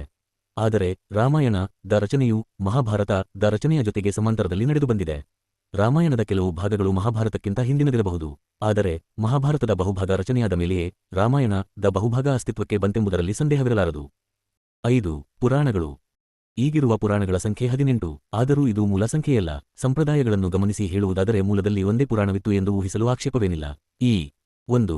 Hopkins the great epic of India pu. 62. 9. 2. The Ritz of the Ramayana ಅಧ್ಯಾಯ 2. ಪುಟ 6. ರಾಮಾಯಣ ಮಹಾಭಾರತ ಸಮಾಂತರ ಬೆಳವಣಿಗೆ ವಿವರಗಳಿಗಾಗಿ ಹಾಪ್ಕಿನ್ಸ್ ಕೃತಿಯನ್ನು ಬಂದ ನೋಡಿ. ಪುರಾಣ ಕುರಿತ ಈ ಕೆಳಗಿನ ವಿವರಗಳಿಗಾಗಿ ನಾನು ಕಾಳೆಯವರ ಪುರಾಣ ನಿರೀಕ್ಷಣ ಮರಾಠಿ ಮತ್ತು ಪರ್ತಿಗಾರ್ ಅವರ ಏನ್ಸಿಯಂಟ್ ಇಂಡಿಯನ್ ಹಿಸ್ಟಾರಿಕಲ್ ಟ್ರೆಡಿಷನ್ಗಳನ್ನು ಬಳಸಿದ್ದೇನೆ. ಬ್ರಾಹ್ಮಣ ಸಾಹಿತ್ಯ. 228. ಪುರಾಣವು ವೇದಗಳಿಗಿಂತ ಪ್ರಾಚೀನವಾದುದೆಂದು ಸಂಪ್ರದಾಯದ ಆರೋಪ. ಅಥರ್ವವೇದ ಈ ಪುರಾಣದ ಪ್ರಸ್ತಾಪ ಮಾಡಿದರೆ ಬ್ರಹ್ಮಾಂಡ ಪುರಾಣವು ಅದು ವೇದಕ್ಕಿಂತ ಹಳೆಯದು ಎನ್ನುತ್ತದೆ. ಈ ಪುರಾಣವು ರಾಜನು ಶಪಪಾದಕ್ಕಾಗಿ ತಿಳಿದಿರಬೇಕಾದ ಗಾಥೆಯಾಗಿತ್ತು. ಯಜ್ಞದ 10ನೇ ದಿನ ಆಧ್ವರ್ಯವು ರಾಜನಿಗೆ ಪುರಾಣ ಪಠಣ ಮಾಡಬೇಕಿತ್ತೆಂದು ಬ್ರಾಹ್ಮಣ ಹೇಳುತ್ತದೆ. ಪುರಾಣಗಳ ಉಗಮಕ್ಕೆ ವ್ಯಾಸನೇ ಕಾರಣಕರ್ತನೆಂದು ಹೇಳಲಾಗಿದ್ದು ಆತನು ಒಂದೇ ಪುರಾಣಕ್ಕೆ ಕೂಡಿ ಕಳೆದು 18 ಪುರಾಣಗಳನ್ನು ರೂಪಿಸಿದ ಎನ್ನಲಾಗಿದೆ. ಅಂದರೆ ಪುರಾಣದ ವಿಕಾಸದಲ್ಲಿ 18 ಪುರಾಣಗಳನ್ನು ಸೃಷ್ಟಿ 2ನೇ ಹಂತ. ವ್ಯಾಸನು ಪ್ರಕಟಿಸಿದ ಅಥವಾ ಪಠಿಸಿದ ಈ 18 ಪುರಾಣಗಳ ಆವೃತ್ತಿಯನ್ನು ಆದಿಪುರಾಣ ಅಂದರೆ ವ್ಯಾಸನು ಹೊರತಂದ ಮೂಲ ಆವೃತ್ತಿ ಎಂದು ಕರೆಯಲಾಗಿದೆ. ಈ 18 ಪುರಾಣಗಳನ್ನು ರಚಿಸಿದ ಮೇಲೆ ವ್ಯಾಸನು ಅವುಗಳನ್ನು ತನ್ನ ಶಿಷ್ಯ ರೋಮಹರ್ಷಣನಿಗೆ ಬೋಧಿಸಿದ. ರೋಮಹರ್ಷಣ ಪುರಾಣಗಳ ತನ್ನದೇ ಆವೃತ್ತಿಯನ್ನು ಸಿದ್ಧಪಡಿಸಿ ಅದನ್ನು ತನ್ನ 6 ಮಂದಿ ಶಿಷ್ಯರಿಗೆ ಬೋಧಿಸಿದ. ಹಾಗೆ ರೋಮಹರ್ಷಣನ ಕೃತಿ ಪುರಾಣಗಳ 3ನೇ ಆವೃತ್ತಿಯಾಯಿತು. ರೋಮಹರ್ಷಣನ 6 ಮಂದಿ ಶಿಷ್ಯರಲ್ಲಿ 3ರಾದ ಕಶ್ಯಪ, ಸವರ್ಣಿ ಮತ್ತು ವೇಶಂಪಾಯನರು 3 ಆವೃತ್ತಿಗಳನ್ನು ರೂಪಿಸಿದರು. ಅವರ ಹೆಸರುಗಳಿಂದಲೇ ಪರಿಚಿತವಾದ ಆ ಪುರಾಣಗಳು 4ನೇ ಆವೃತ್ತಿ ಎಂದಾಯಿತು. ಭವಿಷ್ಯ ಪುರಾಣದ ಪ್ರಕಾರ ದೊರೆ ವಿಕ್ರಮಾದಿತ್ಯನ ರಾಜ್ಯಭಾರ ಕಾಲದಲ್ಲಿ ಪುರಾಣಗಳನ್ನು ಪುನರೂಪಿಸಲಾಯಿತು. ಇನ್ನು ಪುರಾಣಗಳ ವಸ್ತು ವಿಷಯ ಕುರಿತು ಹೇಳುವುದಾದರೆ, ಅನಾದಿ ಕಾಲದಿಂದಲೂ ಪುರಾಣ ಎನ್ನುವುದು ಮನ್ನಣೆ ಪಡೆದ ಜ್ಞಾನಶಾಖೆ. ಉದಾಹರಣೆಗೆ, ಇದು ಇತಿಹಾಸಕ್ಕಿಂತ ಭಿನ್ನವಾದುದು. ಇತಿಹಾಸವೆಂದರೆ ಆಡಳಿತಾರೂಢ ದೊರೆಗಳಿಗೆ ಸಂಬಂಧಪಟ್ಟ ಗತ ವಿವರಗಳು ಎಂದರ್ಥ. ಆಖ್ಯಾನವೆಂದರೆ ಒಬ್ಬನು ಕಣ್ಣಾರೆ ಕಂಡ ಘಟನೆಯ ಪಠನ. ಉಪಾಖ್ಯಾನವೆಂದರೆ ಕೇಳಿದ ವಿಷಯಗಳ ಪಠನ. ಗಾಥೆ ಎಂದರೆ ಆಗಿಹೋದ ಪೂರ್ವಿಕರು ಮತ್ತು ಪ್ರಕೃತಿ ವಿಶ್ವಗಳನ್ನು ಕುರಿತು ಗೀತೆಗಳು. ಕಲ್ಪಶುದ್ಧಿ ಎನ್ನುವುದು ಶ್ರಾದ್ದ ಮತ್ತು ಕಲ್ಪ ಕುರಿತ ಪ್ರಾಚೀನ ಕ್ರಿಯೆ. ಪುರಾಣವು ಇವೆಲ್ಲಕ್ಕಿಂತ ಭಿನ್ನವಾದದ್ದು. ಪುರಾಣವು 5 ವಿಚಾರಗಳಿಗೆ ಸಂಬಂಧಪಟ್ಟಿದ್ದು. 1. ಸ್ವರ್ಗ. 2. ಪ್ರತಿಸರ್ಗ. 3. ವಂಶ. 4. ಮನ್ವಂತರ ಮತ್ತು 5. ವಂಶಚರಿತ. ಸರ್ಗ ಎಂದರೆ ವಿಶ್ವದ ಸೃಷ್ಟಿ, ಪ್ರತಿಸರ್ಗವೆಂದರೆ ವಿಶ್ವದ ಲಯ, ವಂಶವೆಂದರೆ ವಂಶಾವಳಿ, ಮನ್ವಂತರವೆಂದರೆ ಬೇರೆ ಬೇರೆ ಮನುಗಳ, ಅದರಲ್ಲೂ ಪೃಥ್ವಿಯ ಸೃಷ್ಟಿಕರ್ತರು ಅಥವಾ ಸಾರ್ವಭೌಮರಾದ 14 ಮನುಗಳ ಯುಗ, ವಂಶಚರಿತ ಎಂದರೆ ರಾಜವಂಶಗಳ ಕಥನ. ಪುರಾಣಗಳ ವ್ಯಾಪ್ತಿ ಮತ್ತು ವಸ್ತು ವಿಷಯದಲ್ಲೂ ಬಹಳಷ್ಟು ಸೇರ್ಪಡೆಯಾಗಿದೆ. ಯಾಕೆಂದರೆ ನಮ್ಮಲ್ಲಿರುವ ಪುರಾಣಗಳು ಮೇಲ್ಕಂಡ ವಸ್ತು ವಿಷಯಗಳಿಗೆ ಮಾತ್ರ ಸೀಮಿತವಾಗಿಲ್ಲ. ಈ ವಿಷಯಗಳ 1. ಆದಿಪುರಾಣವೆಂದರೆ ಆ ಹೆಸರಿನ ಪ್ರತ್ಯೇಕ ಪುರಾಣವಲ್ಲ. ಹಾಗೆಂದರೆ 18 ಪುರಾಣಗಳ ಮೊದಲ ಆವೃತ್ತಿಗಳು ಎಂದರ್ಥ. 2. ಯಾರು ಈ ವಿಕ್ರಮಾದಿತ್ಯ? ಯಾರೂ ಹೇಳಲು ಸಾಧ್ಯವಿಲ್ಲ. ಹಜಾರ ಅವರು ಕಲ್ಲಶುದ್ಧಿಯ ಬದಲು ಪರಂಪರಾಗತವಾಗಿ ಬಂದ ಗಾಥೆ, ಕಲ್ಪಜೋಕ್ತ ಬಗ್ಗೆ ಹೇಳುತ್ತಾರೆ. ಕ್ರಾನಾಲಜಿ ಆಫ್ ಪುರಾಣಾಸ್ ಪು. 4. ಕಲ್ಪ ಪದಕ್ಕೆ ನಾನಾ ಅರ್ಥಗಳಿವೆ. ವ್ಯಾವಹಾರಿಕ, ಸಮಂಜಸ, ದಕ್ಷ, ಪವಿತ್ರ ನಿಯಮ, ವಿಧಾಯಕ ಪರ್ಯಾಮ, ಧಾರ್ಮಿಕ ವಿಧಿವಿಧಾನ, ವಿಶ್ವಲಯ, ಬ್ರಹ್ಮಯುಗದ ಒಂದು ದಿನ, ಶುತ್ತೂಷೆ, ವೇದಾಂಗಗಳಲ್ಲೊಂದು. 276. ಡಾ. ಬಾಬಾ ಸಾಹೇಬ್ ಅಂಬೇಡ್ಕರ್ ಅವರ ಸಮಗ್ರ ಬರೆಹಗಳು ಮತ್ತು ಭಾಷಣಗಳು ಸಂಪುಟ -3. ಜೊತೆಗೆ ಅವುಗಳ ವ್ಯಾಪ್ತಿಯಿಂದ ಸಂಪೂರ್ಣ ಹೊರಗಿರುವ ವಸ್ತು ವಿಷಯಗಳು ಪುರಾಣದಲ್ಲಿ ಸೇರಿವೆ. ಪುರಾಣದ ವ್ಯಾಪ್ತಿ ಕುರಿತ ಮೂಲ ಕಲ್ಪನೆಯಲ್ಲಿ ಎಷ್ಟರಮಟ್ಟಿಗೆ ಬದಲಾವಣೆಯಾಗಿದೆ ಎಂದರೆ, ಕೆಲವು ಪುರಾಣಗಳು ಈ ವಸ್ತುಗಳಿಗೆ ಸ್ವಲ್ಪವೂ ಸಂಬಂಧವಿರದ ತೀರಾ ಹೊಸ ವಿಷಯಗಳನ್ನೊಳಗೊಂಡಿವೆ. ಆ ಹೆಚ್ಚುವರಿ ವಸ್ತುಗಳಲ್ಲಿ ಈ ಕೆಳಗಿನವು ಮುಖ್ಯವಾಗಿವೆ. ಕ್ಯೂ 9. ವರ್ಣಾಶ್ರಮ ಧರ್ಮ, ಆಚಾರ, ಆಸ್ಮಿಕ, ಭಾಷಾಭಾಷ್ಯ, ವಿವಾಹ, ಆಶೌಚ, ಶ್ರಾದ್ದ, ದ್ರವ್ಯಶುದ್ಧಿ, ಪಾತಕ, ಪ್ರಾಯಶ್ಚಿತ್ತ, ನರಕ, ಕರ್ಮವಿಪಾಕ ಮತ್ತು ಯುಗಧರ್ಮಗಳನ್ನು ಚರ್ಚಿಸುವ ಸ್ಮೃತಿಧರ್ಮ, ವ್ರತಗಳು, ಪವಿತ್ರ ದಿನಗಳ ಆಚರಣೆ ಕುರಿತ ವತಧರ್ಮ. 3. ಯಾತ್ರಾಸ್ಥಳಗಳು ಮತ್ತು ತೀರ್ಥಯಾತ್ರೆ ಕುರಿತ ಕ್ಷೇತ್ರಧರ್ಮ, ಪುಣ್ಯಜೀವಗಳಿಗೆ ಉಡುಗೊರೆ ಕೊಡುವುದನ್ನು ಕುರಿತ ದಾನಧರ್ಮ. ಇವಿಷ್ಟಲ್ಲದೆ ಪುರಾಣಗಳು ಆಳವಾದ ಕಾಳಜಿ ವಹಿಸುವ ಇನ್ನೂ 2 ವಿಚಾರಗಳಿವೆ. ಅದರಲ್ಲಿ ಮೊದಲನೆಯದು ಪ್ರತ್ಯೇಕ ಪಂಥ ಪೂಜೆ ಕುರಿತದ್ದು. ನಿರ್ದಿಷ್ಟ ದೇವತೆ ಮತ್ತು ದೇವತಾ ಪೂಜೆಯನ್ನು ಎತ್ತಿ ಹಿಡಿಯುವ ಪುರಾಣಗಳಿವೆ. 5 ಪುರಾಣಗಳು ವಿಷ್ಣು ಪೂಜೆಯನ್ನು ಎತ್ತಿ ಹಿಡಿದರೆ 8 ಶಿವಪೂಜೆಯ ಪರವಾಗಿವೆ.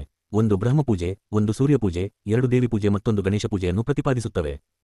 ಪುರಾಣಗಳ ಇನ್ನೊಂದು ವಸ್ತು ವಿಷಯವೆಂದರೆ ದೇವರ ಅವತಾರಗಳ ಚರಿತ್ರೆ. ಪುರಾಣಗಳ ಪ್ರಕಾರ ಇಬ್ಬರು ದೇವರ ಸಮೀಕರಣಕ್ಕೂ ಒಬ್ಬನೇ ದೇವರ ಬೇರೆ ಬೇರೆ ಅವತಾರಗಳಿಗೂ ವ್ಯತ್ಯಾಸವಿದೆ. ಸಮೀಕರಣದಲ್ಲಿ 2 ಹೆಸರಿದ್ದರೂ ದೇವರು ಒಬ್ಬನೇ ಎಂದರ್ಥ. ಅವತಾರದಲ್ಲಾದರೆ ಒಬ್ಬನೇ ದೇವರು ಇನ್ನೊಬ್ಬ ವ್ಯಕ್ತಿ ಅಥವಾ ಪ್ರಾಣಿಯಾಗಿ ರೂಪು ತಳೆದವನಾದ ರೂಪವಾಡ ಮಾಡುತ್ತಾನೆ. ಈ ಅವತಾರ ಚರಿತ್ರೆಯ ಮುಖ್ಯ ದೇವರು ವಿಷ್ಣು. ಯಾಕೆಂದರೆ ವಿಷ್ಣು ಒಬ್ಬನೇ ಕಾಲಕಾಲಕ್ಕೆ ಅವತಾರ ವ್ಯಕ್ತಿ ಪವಾಡಗಳನ್ನು ಮಾಡಿದ್ದಾನೆ. ಪುರಾಣಗಳು ಈ ಹೊಸ ವಿಚಾರವನ್ನು ಸವಿಸ್ತಾರವಾಗಿ ಚರ್ಚಿಸಿರುವವು. ಈ ಹೊಸ ವಸ್ತು ವಿಚಾರಗಳ ಸೇರ್ಪಡೆಯಿಂದಾಗಿ ಪುರಾಣಗಳು ಗುರುತೇ ಸಿಕ್ಕದಷ್ಟು ರೂಪಾಂತರ ಹೊಂದಿರುವುದರಲ್ಲಿ ಆಶ್ಚರ್ಯವೇನಿಲ್ಲ. ಪುರಾಣಗಳ ಗ್ರಂಥಕರ್ತರ ಕುರಿತಂತೆ ಇನ್ನೊಂದು ಗಮನಾರ್ಹ ಸಂಗತಿಯಿದೆ. ಅದೆಂದರೆ ಪುರಾಣಗಳ ಗ್ರಂಥಕರ್ತರ ಬದಲಾವಣೆ. ಪ್ರಾಚೀನ ಹಿಂದೂ ಸಾಹಿತ್ಯಕ ವಲಯದಲ್ಲಿ 2 ಪ್ರತ್ಯೇಕ ವರ್ಗಗಳಿದ್ದವು. ಬ್ರಾಹ್ಮಣರದು ಒಂದು ವರ್ಗವಾದರೆ ಸೂತರೆಂಬ ಬ್ರಾಹ್ಮಣೇತರದು ಇನ್ನೊಂದು ವರ್ಗ. ಈ 2 ವರ್ಗಗಳ ಸಾಹಿತ್ಯ ಶಾಖೆಗಳು ಬೇರೆ ಬೇರೆಯಾಗಿದ್ದವು. ಪುರಾಣಗಳ ವಿಷಯದಲ್ಲಿ ಸೂತರದ್ದೇ ಏಕಸ್ವಾಮ್ಯ. ಪುರಾಣಗಳ ರಚನೆ ಅಥವಾ ಪಠನದಲ್ಲಿ ಬ್ರಾಹ್ಮಣರದ್ದೇನೂ ಇರಲಿಲ್ಲ. ಪುರಾಣಗಳು ಸೂತರಿಗೆ ಮಾತ್ರ ಮೀಸಲಾದ ಶಾಖೆಯಾಗಿತ್ತು. ಸೂತರು ಮರಾಣಗಳ ರಚನೆ, ಪಠನದಲ್ಲಿ ಸಿದ್ಧಿ ಗಳಿಸಿದ್ದರೂ 1. ಎಷ್ಟು ಭಾಗವತ, ನಾರದ, ವಾಮನ ಮತ್ತು ಗರುಡ ಪುರಾಣಗಳು. 2.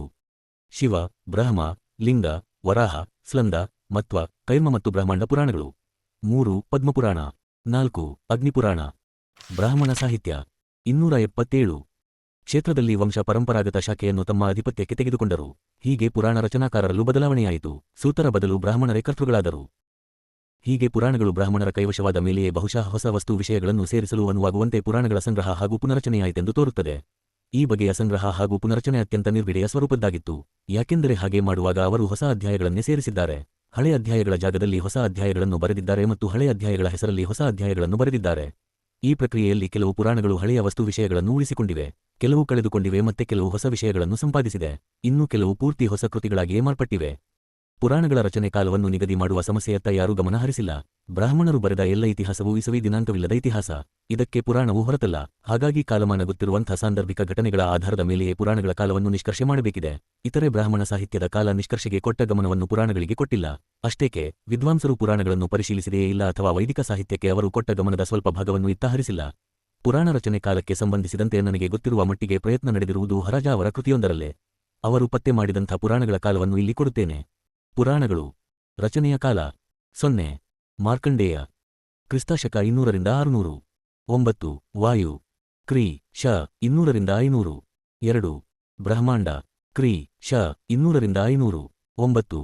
ವಿಷ್ಣು, 28 ಮತ್ಸ ಭಾಗವತ ಕ್ರಿ ಶ 100ರಿಂದ 350 ಭಾಗಶಃ ಸುಮಾರು ಕ್ರಿ ಶ 325 ಭಾಗಶಃ ಸುಮಾರು ಕ್ರಿ ಶ 1100 ಕ್ರಿ ಶ 500ರಿಂದ 600 2 ಕೂರ್ಮ ಕ್ರಿ ಶ 55010000 ಎಸ್ ವಾಮನ ಕ್ರಿ ಶ 7001000 ವಿಭಾಗ ಲಿಂಗ ಕ್ರಿ ಶ 600ರಿಂದ 10 10 ವರಾಹ 11 ಪದ್ಮ 0 ಪರ್ತಿಗ್ ಕ್ರಿ ಶ 8001500 ಕ್ರಿ ಶ 600ರಿಂದ 950 ಡಾ ಬಾಬಾ ಸಾಹೇಬ್ ಅಂಬೇಡ್ಕರ್ ಅವರ ಸಮಗ್ರ ಬರೆಹಗಳು ಮತ್ತು ಭಾಷಣಗಳು ಸಂಪುಟ -3 278 12 ಬೃಹನಾರದಿಯ 13 ಅಗ್ನಿ 14 ಗರುಡ 15 ಬ್ರಹ್ಮ ಕ್ರಿ ಶ 875100 ಕ್ರಿ ಶ 800ರಿಂದ 900 ಕ್ರಿ ಶ 850100 ಕ್ರಿ ಶ 9001000 16 ಸಂದ ಕ್ರಿ ಶ 700ರ ನಂತರ 17 ಬ್ರಹ್ಮ ವೈವರ್ತ 18 ಭವಿಷ್ಯ ಕ್ರಿ ಶ 700ರ ನಂತರ ಕ್ರಿ ಶ 500ರ ನಂತರ ಇದಕ್ಕಿಂತ ಹೆಚ್ಚು ನಿಖರವಾದ ಕಾಲ ನಿಷ್ಕರ್ಷೆ ಸದ್ಯಕ್ಕಂತೂ ಸಾಧ್ಯವಿಲ್ಲ. ಈ ನಿಷ್ಕರ್ಷೆಯ ಗರಿಷ್ಠ ಹಾಗೂ ಕನಿಷ್ಠ ದಿನಾಂಕಗಳನ್ನು ಇನ್ನಷ್ಟು ಹೊಸ ಸಂಶೋಧನೆಯ ಮೂಲಕ ಇನ್ನೂ ನಿಕಟಗೊಳಿಸಬಹುದೇನೋ. ಅಂದರೂ ಆ ವ್ಯತ್ಯಾಸವು ಪ್ರಮಾಣದ ವ್ಯತ್ಯಾಸವಾಗಬಹುದಷ್ಟೇ, ಯುಗಗಳೇ ಬದಲಾಗುವಂಥ ವ್ಯತ್ಯಾಸವಾಗಲಾರದು. ಈ ಸಾಹಿತ್ಯ ಬುದ್ಧೋತ್ತರ ಸಾಹಿತ್ಯವೆನ್ನಲು ಈ ದಿನಾಂಕಗಳ ಕ್ಷಿಪ್ರ ಸಮೀಕ್ಷೆಯೇ ಸಾಕಾಗುತ್ತದೆ. ಈ ಸಮೀಕ್ಷೆ ಇನ್ನೂ ಒಂದು ಮಹತ್ವದ ಅಂಶವನ್ನು ಸ್ಥಾಪಿಸುತ್ತದೆ. ಅಂದರೆ ಪುಷ್ಯಮಿತ್ರನ ನೇತೃತ್ವದಲ್ಲಿ ಬ್ರಾಹ್ಮಣರು ದಿಗ್ವಿಜಯ ಗಳಿಸಿದ ನಂತರದ ಕಾಲದಲ್ಲೇ ಈ ಸಾಹಿತ್ಯ ಅಸ್ತಿತ್ವಕ್ಕೆ ಬಂದಿದೆ. ಇನ್ನೂ ಒಂದು ಅಂಶ ಸಮೀಕ್ಷೆಯಿಂದ ಹೊರಬರುತ್ತದೆ. ಭಗವದ್ಗೀತೆ ಹಾಡುತ್ತಾನೆ, ವ್ಯಾಸನೇ ಪುರಾಣಗಳನ್ನು ಬರೆಯುತ್ತಾನೆ. ಮಹಾಭಾರತದಲ್ಲಿ 18 ಪರ್ವಗಳಿವೆ, ಗೀತೆಯಲ್ಲಿ 18 ಅಧ್ಯಾಯಗಳಿವೆ, ಪುರಾಣಗಳ ಸಂಖ್ಯೆಯೂ 18. ಇವೆಲ್ಲ ಕೇವಲ ಆಕಸ್ಮಿಕವೇ ಅಥವಾ ಪೂರ್ವಯೋಜನೆಯೊಂದಿಗೆ ಅನುಷ್ಠಾನಗೊಂಡ ಒಂದು ಹಂಚಿಕೆಯೇ? ಕಾದು ನೋಡಬೇಕು. ವೇದಾಂತ ಸೂತ್ರಗಳು. ಬಾದರಾಯಣನ ವೇದಾಂತ ಸೂತ್ರಗಳು ಈ ಮೊದಲೇ ಹೇಳಿದ ಹಾಗೆ ಜೈಮಿನಿಯ ಕರ್ಮಸೂತ್ರಗಳ ಮಾದರಿಯಲ್ಲೇ ಇರುವ ಅಧ್ಯಯನ ಶಾಖೆ. ಈ ಎರಡೂ ವಿಚಾರ ಪಂಥಗಳು ಪರಸ್ಪರ ಎಂಥ ಭಾವನೆ ತಳೆದಿವೆ ಎಂಬ ಪ್ರಶ್ನೆ ಸಹಜವಾಗಿಯೇ ಉದ್ಭವವಾಗುತ್ತದೆ. ಈ ವಿಚಾರದಲ್ಲಿ ಶೋಧನೆ ಆರಂಭಿಸಿದಾಗ ಕೆಲವು ಕೌತುಕದ ಸತ್ಯಗಳು ಹೊರಬೀಳುತ್ತವೆ. ಮೊದಲನೆಯದಾಗಿ ಬೆಳವಕರ್ ಹೇಳುವಂತೆ ವೇದಾಂತ ಸೂತ್ರಗಳು ಕರ್ಮಸೂತ್ರಗಳ ಮಾದರಿಯನ್ನೇ ನಿಕಟವಾಗಿ ಅನುಸರಿಸಿವೆ. ವಿಧಾನ ಮತ್ತು ಪರಿಭಾಷೆಗಳ ವಿಷಯದಲ್ಲಿ ಬಾದರಾಯಣನಂತೂ ಜೈಮಿನಿಯನ್ನು ಗುಲಾಮನಂತೆ ಹಿಂಬಾಲಿಸಿದ್ದಾನೆ. ಈತ ಶ್ರುತಿಪಾಠಗಳಲ್ಲಿ ಜೈಮಿನಿಯ ವ್ಯಾಖ್ಯಾನವನ್ನೇ ಒಪ್ಪಿಕೊಳ್ಳುತ್ತಾನೆ. ಜೈಮಿನಿ ಬಳಸಿದ ತಾಂತ್ರಿಕ ಶಬ್ದಗಳನ್ನೇ ಅದೇ ಅರ್ಥದಲ್ಲಿ ಈತ ಬಳಸುತ್ತಾನೆ. ಜೈಮಿನಿ ಕೊಡುವ ಉದಾಹರಣೆಗಳನ್ನೇ ಈತನು ಕೊಡುತ್ತಾನೆ. 1 ಬಸು ಮಲ್ಲಿಕ್ ಉಪನ್ಯಾಸಗಳು ಪು. 152 ಬ್ರಾಹ್ಮಣ ಸಾಹಿತ್ಯ. ಇದರಲ್ಲಿ ಹೆಚ್ಚು ಆಶ್ಚರ್ಯವಾಗಬೇಕಾದ್ದೇನೂ ಇಲ್ಲ. ಆದರೆ ಆಶ್ಚರ್ಯವಾಗುವುದು ಸಿದ್ಧಾಂತದ ವಿಷಯಗಳಲ್ಲಿ ಈ ಎರಡು ಪಂಥಗಳಿಗಿರುವ ಪರಸ್ಪರ ಧೋರಣೆಯನ್ನು ಕಂಡಾಗ. ಒಂದು ದೃಷ್ಟಾಂತ ಕೊಡುತ್ತೇನೆ. ವೇದಾಂತಗಳ ಬಗ್ಗೆ ಜೈಮಿನಿ ನಿಲುವನ್ನು ವಿವರಿಸಲು ಬಾದರಾಯಣ ಕೆಳಗಿನ ಸೂತ್ರಗಳನ್ನು ಕೊಟ್ಟಿದ್ದಾನೆ. 2 ಯಜ್ಞಯಾಗಾದಿಗಳಿಗೆ ಆತ್ಮವು ಪೂರಕವಾಗಿರುವುದರಿಂದ ಆತ್ಮಜ್ಞಾನದ ಫಲಗಳು ಕೇವಲ ಮಾಧ್ಯಮದ ಸ್ತುತಿಯಂತಾಗುತ್ತದೆ ಎಂದು ಜೈಮಿನಿ ವಾಚ. ಜೈಮಿನಿ ಪ್ರಕಾರ ವೇದಗಳು ಮೋಕ್ಷವೂ ಸೇರಿದಂತೆ ಕೆಲವು ಉದ್ದೇಶ ಸಾಧನೆಗೆ ಅಗತ್ಯವಾದ ಕ್ರಿಯೆಗಳನ್ನು ವಿಧಿಸುವ ಹೊರತು ಹೆಚ್ಚೇನೂ ಮಾಡುವುದಿಲ್ಲ.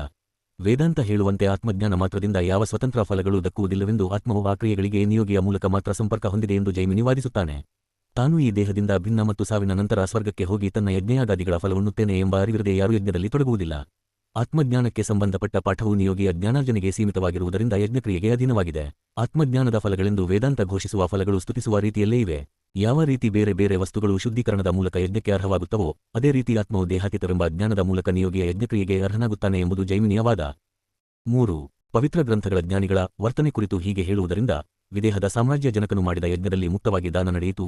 3.1.1 ನಾನು ಯಜ್ಞ ಮಾಡುತ್ತೇನೆ ಸ್ವಾಮಿಗಳೇ ಛ.5.1.5 ಜನಕ ಹಾಗೂ ಅಶ್ವಪತಿಗಳಿಬ್ಬರು ಆತ್ಮಜ್ಞಾನಿಗಳು. ಅವರಿಗೆ ಆತ್ಮಜ್ಞಾನದಿಂದಲೇ ಮೋಕ್ಷ ಲಭಿಸುವಂತಿದ್ದರೆ ಯಜ್ಞದ ಅಗತ್ಯವೇ ಇರುತ್ತಿರಲಿಲ್ಲ. ಆದರೆ ಅವರಿಬ್ಬರು ಯಜ್ಞಯಾಗಾದಿಗಳಲ್ಲಿ ತೊಡಗಿದ್ದರೆಂದು ಮೇಲಿನ ಪಾಠಗಳೇ ತೋರಿಸುತ್ತವೆ. ಇದರಿಂದ ವೇದಾಂತಿಗಳು ಹೇಳುವಂತೆ ಮೋಕ್ಷ ಸಾಧನೆಗೆ ಯಜ್ಞ ಹಾದಿಯೇ ಹೊರತು ಆತ್ಮಜ್ಞಾನವಲ್ಲ ಎಂಬುದು ಸಾಬೀತಾಗುತ್ತದೆ. 4 ಆತ್ಮಜ್ಞಾನವು ಯಜಕ್ಕೆ ಅಧೀನವಾಗಿದೆ ಎಂಬುದನ್ನು ಪವಿತ್ರ ಗ್ರಂಥಗಳೇ ಸಾರುತ್ತವೆ.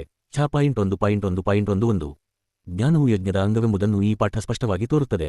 5 ಆತ್ಮದೊಂದಿಗೆ ಜ್ಞಾನ ಕರ್ಮಗಳೆರಡೂ ಸೇರಿ ಫಲಕಾರಿಯಾಗುವುದರಿಂದ ಜ್ಞಾನ ಕರ್ಮ ಹಾಗೂ ಅನುಭವಗಳು ಅದನ್ನು ಹಿಂಬಾಲಿಸುತ್ತವೆ. 4.4.2 ಜ್ಞಾನ ಹಾಗೂ ಕರ್ಮಗಳೆರಡು ಜೊತೆಗೂಡಿ ಹೋಗಿ ಭೋಗದ ಫಲವನ್ನು ಸೃಷ್ಟಿಸುತ್ತವೆಂದು. 1 ಸ್ವಾಮಿ ವೀರೇಶ್ವರಾನಂದ ಬ್ರಹ್ಮಸೂತ್ರಗಳು ಅದೈತ ಆಶ್ರಮ ಪ್ರಕಟಣೆ 1936 ಪು. 408ರಿಂದ 411 ಡಾ ಬಾಬಾ ಸಾಹೇಬ್ ಅಂಬೇಡ್ಕರ್ ಅವರ ಸಮಗ್ರ ಬರೆಹಗಳು ಮತ್ತು ಭಾಷಣಗಳು ಸಂಪುಟ -3 ಈ ಪಾಠದಿಂದ ಸ್ಪಷ್ಟವಾಗುತ್ತದೆ. ಆದ್ದರಿಂದ ಜ್ಞಾನವೊಂದೇ ಸ್ವತಂತ್ರವಾಗಿ ಯಾವ ಫಲಿತವನ್ನು ಸೃಷ್ಟಿಸಲಾರದು. 7 ಈ ವಿಧಾಯಕ ನಿಯಮಗಳಿಂದಾಗಿ ಕರ್ಮವು 100 ವರ್ಷ ಬದುಕುವ ಆಸೆ ಹುಟ್ಟಿಸುತ್ತದೆ. 2 ಅಗ್ನಿಹೋತ್ರವೆಂಬ ಯಜ್ಞವು ಮುಪ್ಪು ಸಾವಿನವರೆಗೆ ಫಲ ನೀಡುತ್ತದೆ. ಮುಪ್ಪು ಅಥವಾ ಸಾವಿನಿಂದಲೇ ಬಿಡುಗಡೆ ಸಾಧ್ಯ. ಸತ್ 12.4.1.1 ಇಂಥ ವಿಧಾಯಕ ನಿಯಮಗಳಿಂದಲೂ ಜ್ಞಾನವು ಕರ್ಮಕ್ಕೆ ಅಧೀನವಾಗಿರುವುದನ್ನು ಕಾಣಬಹುದು. ಜೈಮಿನಿ ಮತ್ತು ಕರ್ಮಕಾಂಡ ಶಾಸ್ತ್ರಗಳನ್ನು ಕುರಿತಂತೆ ಬಾದರಾಯಣನ ನಿಲುವೇನು? ಈ ಸಂಗತಿಯು ಮೇಲಿನ ಸೂತ್ರಗಳಲ್ಲಿ ಕಂಡುಬರುವ ಜೈಮಿನಿಯ ವೇದಾಂತ ವಿರೋಧಕ್ಕೆ ಬಾದರಾಯಣ ಕೊಡುವ ಉತ್ತರದಲ್ಲಿ ಸ್ಪಷ್ಟವಾಗಿ ಬಿಂಬಿತವಾಗಿದೆ. ಈ ಉತ್ತರ ಈ ಕೆಳಗಿನ ಸೂತ್ರಗಳಲ್ಲಿ ಅರ್ಥವಾಗಿದೆ. 8. ಆದರೆ ಪರಮಾತ್ಮನು ನಿಯೋಗಿಗಿಂತ ಭಿನ್ನ ಎಂದು ಪವಿತ್ರ ಗ್ರಂಥಗಳು ಬೋಧಿಸಿರುವುದರಿಂದ ಬಾದರಾಯಣನ ದೃಷ್ಟಿ ಸರಿಯಾದುದು. ಯಾಕೆಂದರೆ ಅದು ಪವಿತ್ರ ಗ್ರಂಥಗಳಲ್ಲೇ ಸ್ಪಷ್ಟವಾಗಿದೆ. 27 ಸೂತ್ರಗಳು ಮೀಮಾಂಸಕರ ದೃಷ್ಟಿಯನ್ನು ನೀಡಿದರೆ 8ರಿಂದ 17 ಸೂತ್ರಗಳು ಇದನ್ನು ವಿರೋಧಿಸುತ್ತವೆ. ವೇದಾಂತ ಪಾಠಗಳು ನಿಯೋಗಿಯಾದ ಸೀಮಿತ ಆತ್ಮವನ್ನು ಬೋಧಿಸುವುದಿಲ್ಲ, ನಿಯೋಗಿಗಿಂತ ಭಿನ್ನವಾದ ಪರಮಾತ್ಮನನ್ನು ಬೋಧಿಸುತ್ತವೆ. ಆದ್ದರಿಂದ ವೇದಾಂತಗಳು ಸಾರುವ ಆತ್ಮಜ್ಞಾನವು ನಿಯೋಗಿ ಹೊಂದಿದ ಆತ್ಮಜ್ಞಾನಕ್ಕಿಂತ ಭಿನ್ನವಾದುದು. ಎಲ್ಲ ಸೀಮಿತ ಲಕ್ಷಣಗಳಿಂದ ಮುಕ್ತವಾದ ಅಂಥ ಆತ್ಮದ ಜ್ಞಾನದಿಂದ ಪ್ರಯೋಜನವೇನೂ ಇಲ್ಲ.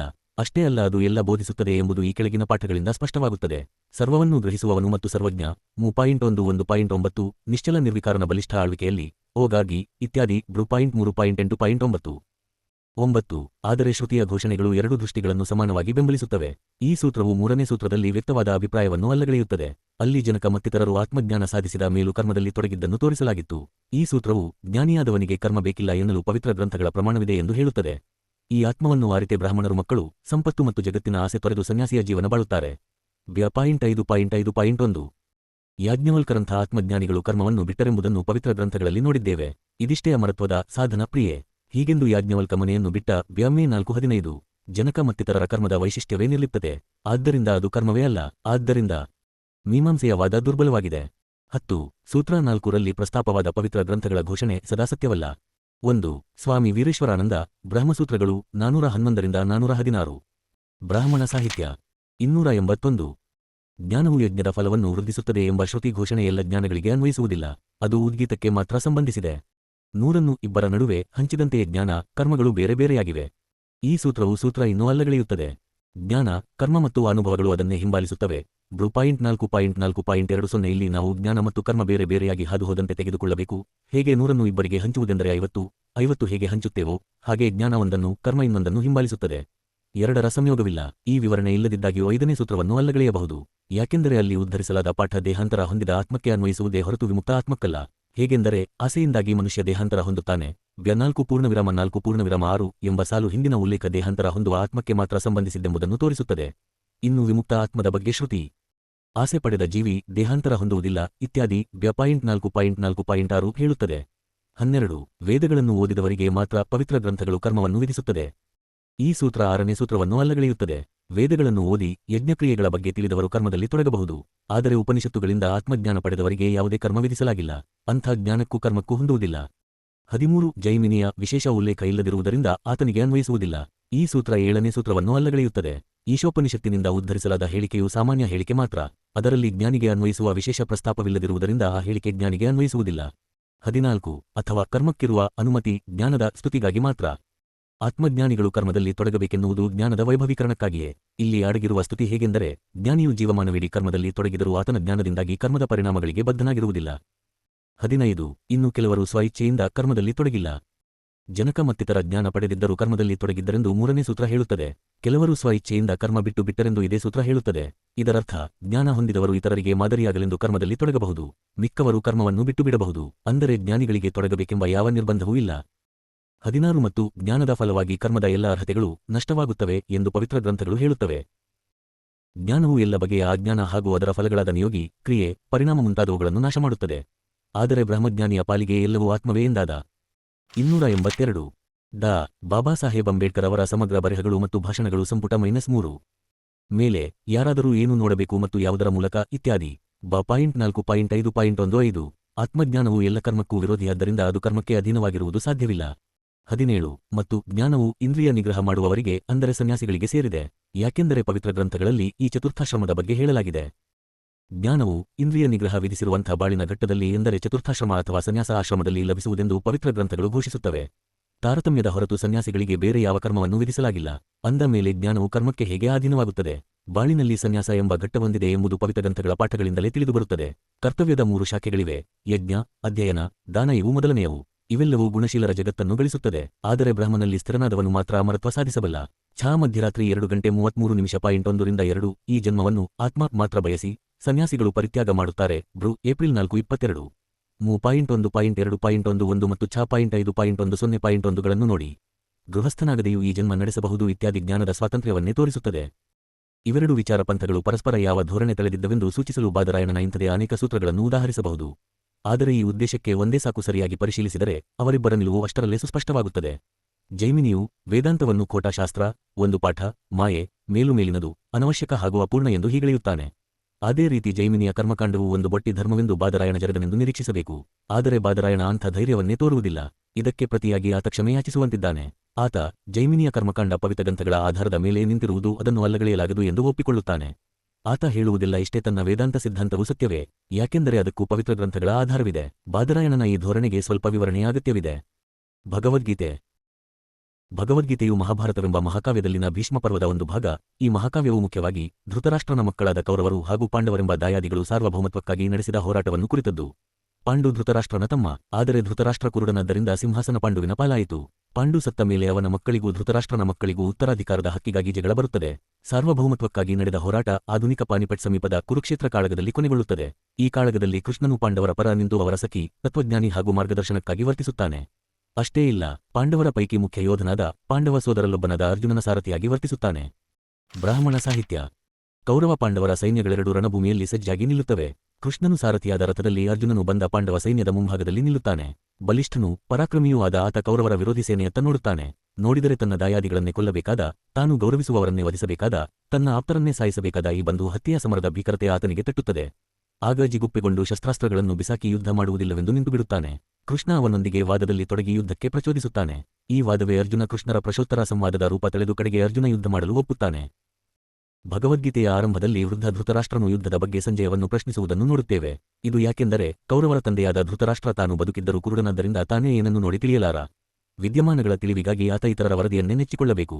ಧೃತರಾಷ್ಟ್ರನಿಗೆ ಯಾರ ಮುಖಾಂತರವಾದರೂ ಯಥಾರ್ಥಕತೆಯನ್ನು ಹೇಳಿಸಬೇಕಾದ ಸಮಸ್ಯೆಯನ್ನು ಮನಗಂಡ ವ್ಯಾಸನು ರಣರಂಗದಲ್ಲಿ ಮನೋವ್ಯಾಪಾರಗಳು ಸೇರಿದಂತೆ ನಡೆಯುವ ಎಲ್ಲವನ್ನೂ ತಿಳಿಯುವ ಶಕ್ತಿಯನ್ನು ಧೃತರಾಷ್ಟ್ರನ ಸಾರಥಿಯಾದ ಸಂಜಯನಿಗೆ ದಾರಿ ಎರೆದು ಹೇಳಿಸಿದ ಎನ್ನುತ್ತಾನೆ.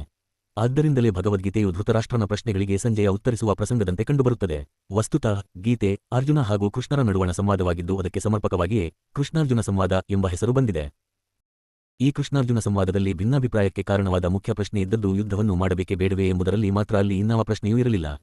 ಅವರಿಬ್ಬರ ನಡುವೆ ವಾದ ವಿವಾದಕ್ಕೆ ಈಡಾದ ಪ್ರಶ್ನೆ ಇದೊಂದೇ. ಈ ದೃಷ್ಟಿಕೋನದಿಂದ ಹೊರಟರೆ ಕೃಷ್ಣನಿಗೆ ಗೀತೆಯನ್ನು ಜನಸಾಮಾನ್ಯರಿಗೆ ನೈತಿಕ ಶಿಕ್ಷಣ ಕೊಡುವ ಅಥವಾ ಯಾವುದೇ ಧರ್ಮವ್ಯವಸ್ಥೆಯ ಸೈದ್ಧಾಂತಿಕ ಪ್ರತಿಪಾದನೆ ಮಾಡುವ ಅಥವಾ ಯಾವುದೇ ಮತಪಂಥದ ಪ್ರತ್ಯುತ್ತರ ಪಾಠದ ಸಂದರ್ಭವನ್ನಾಗಿ ಮಾಡುವ ಕಾರಣವೇ ಇರಲಿಲ್ಲ ಎಂಬುದು ಸ್ಪಷ್ಟವಾಗುತ್ತದೆ.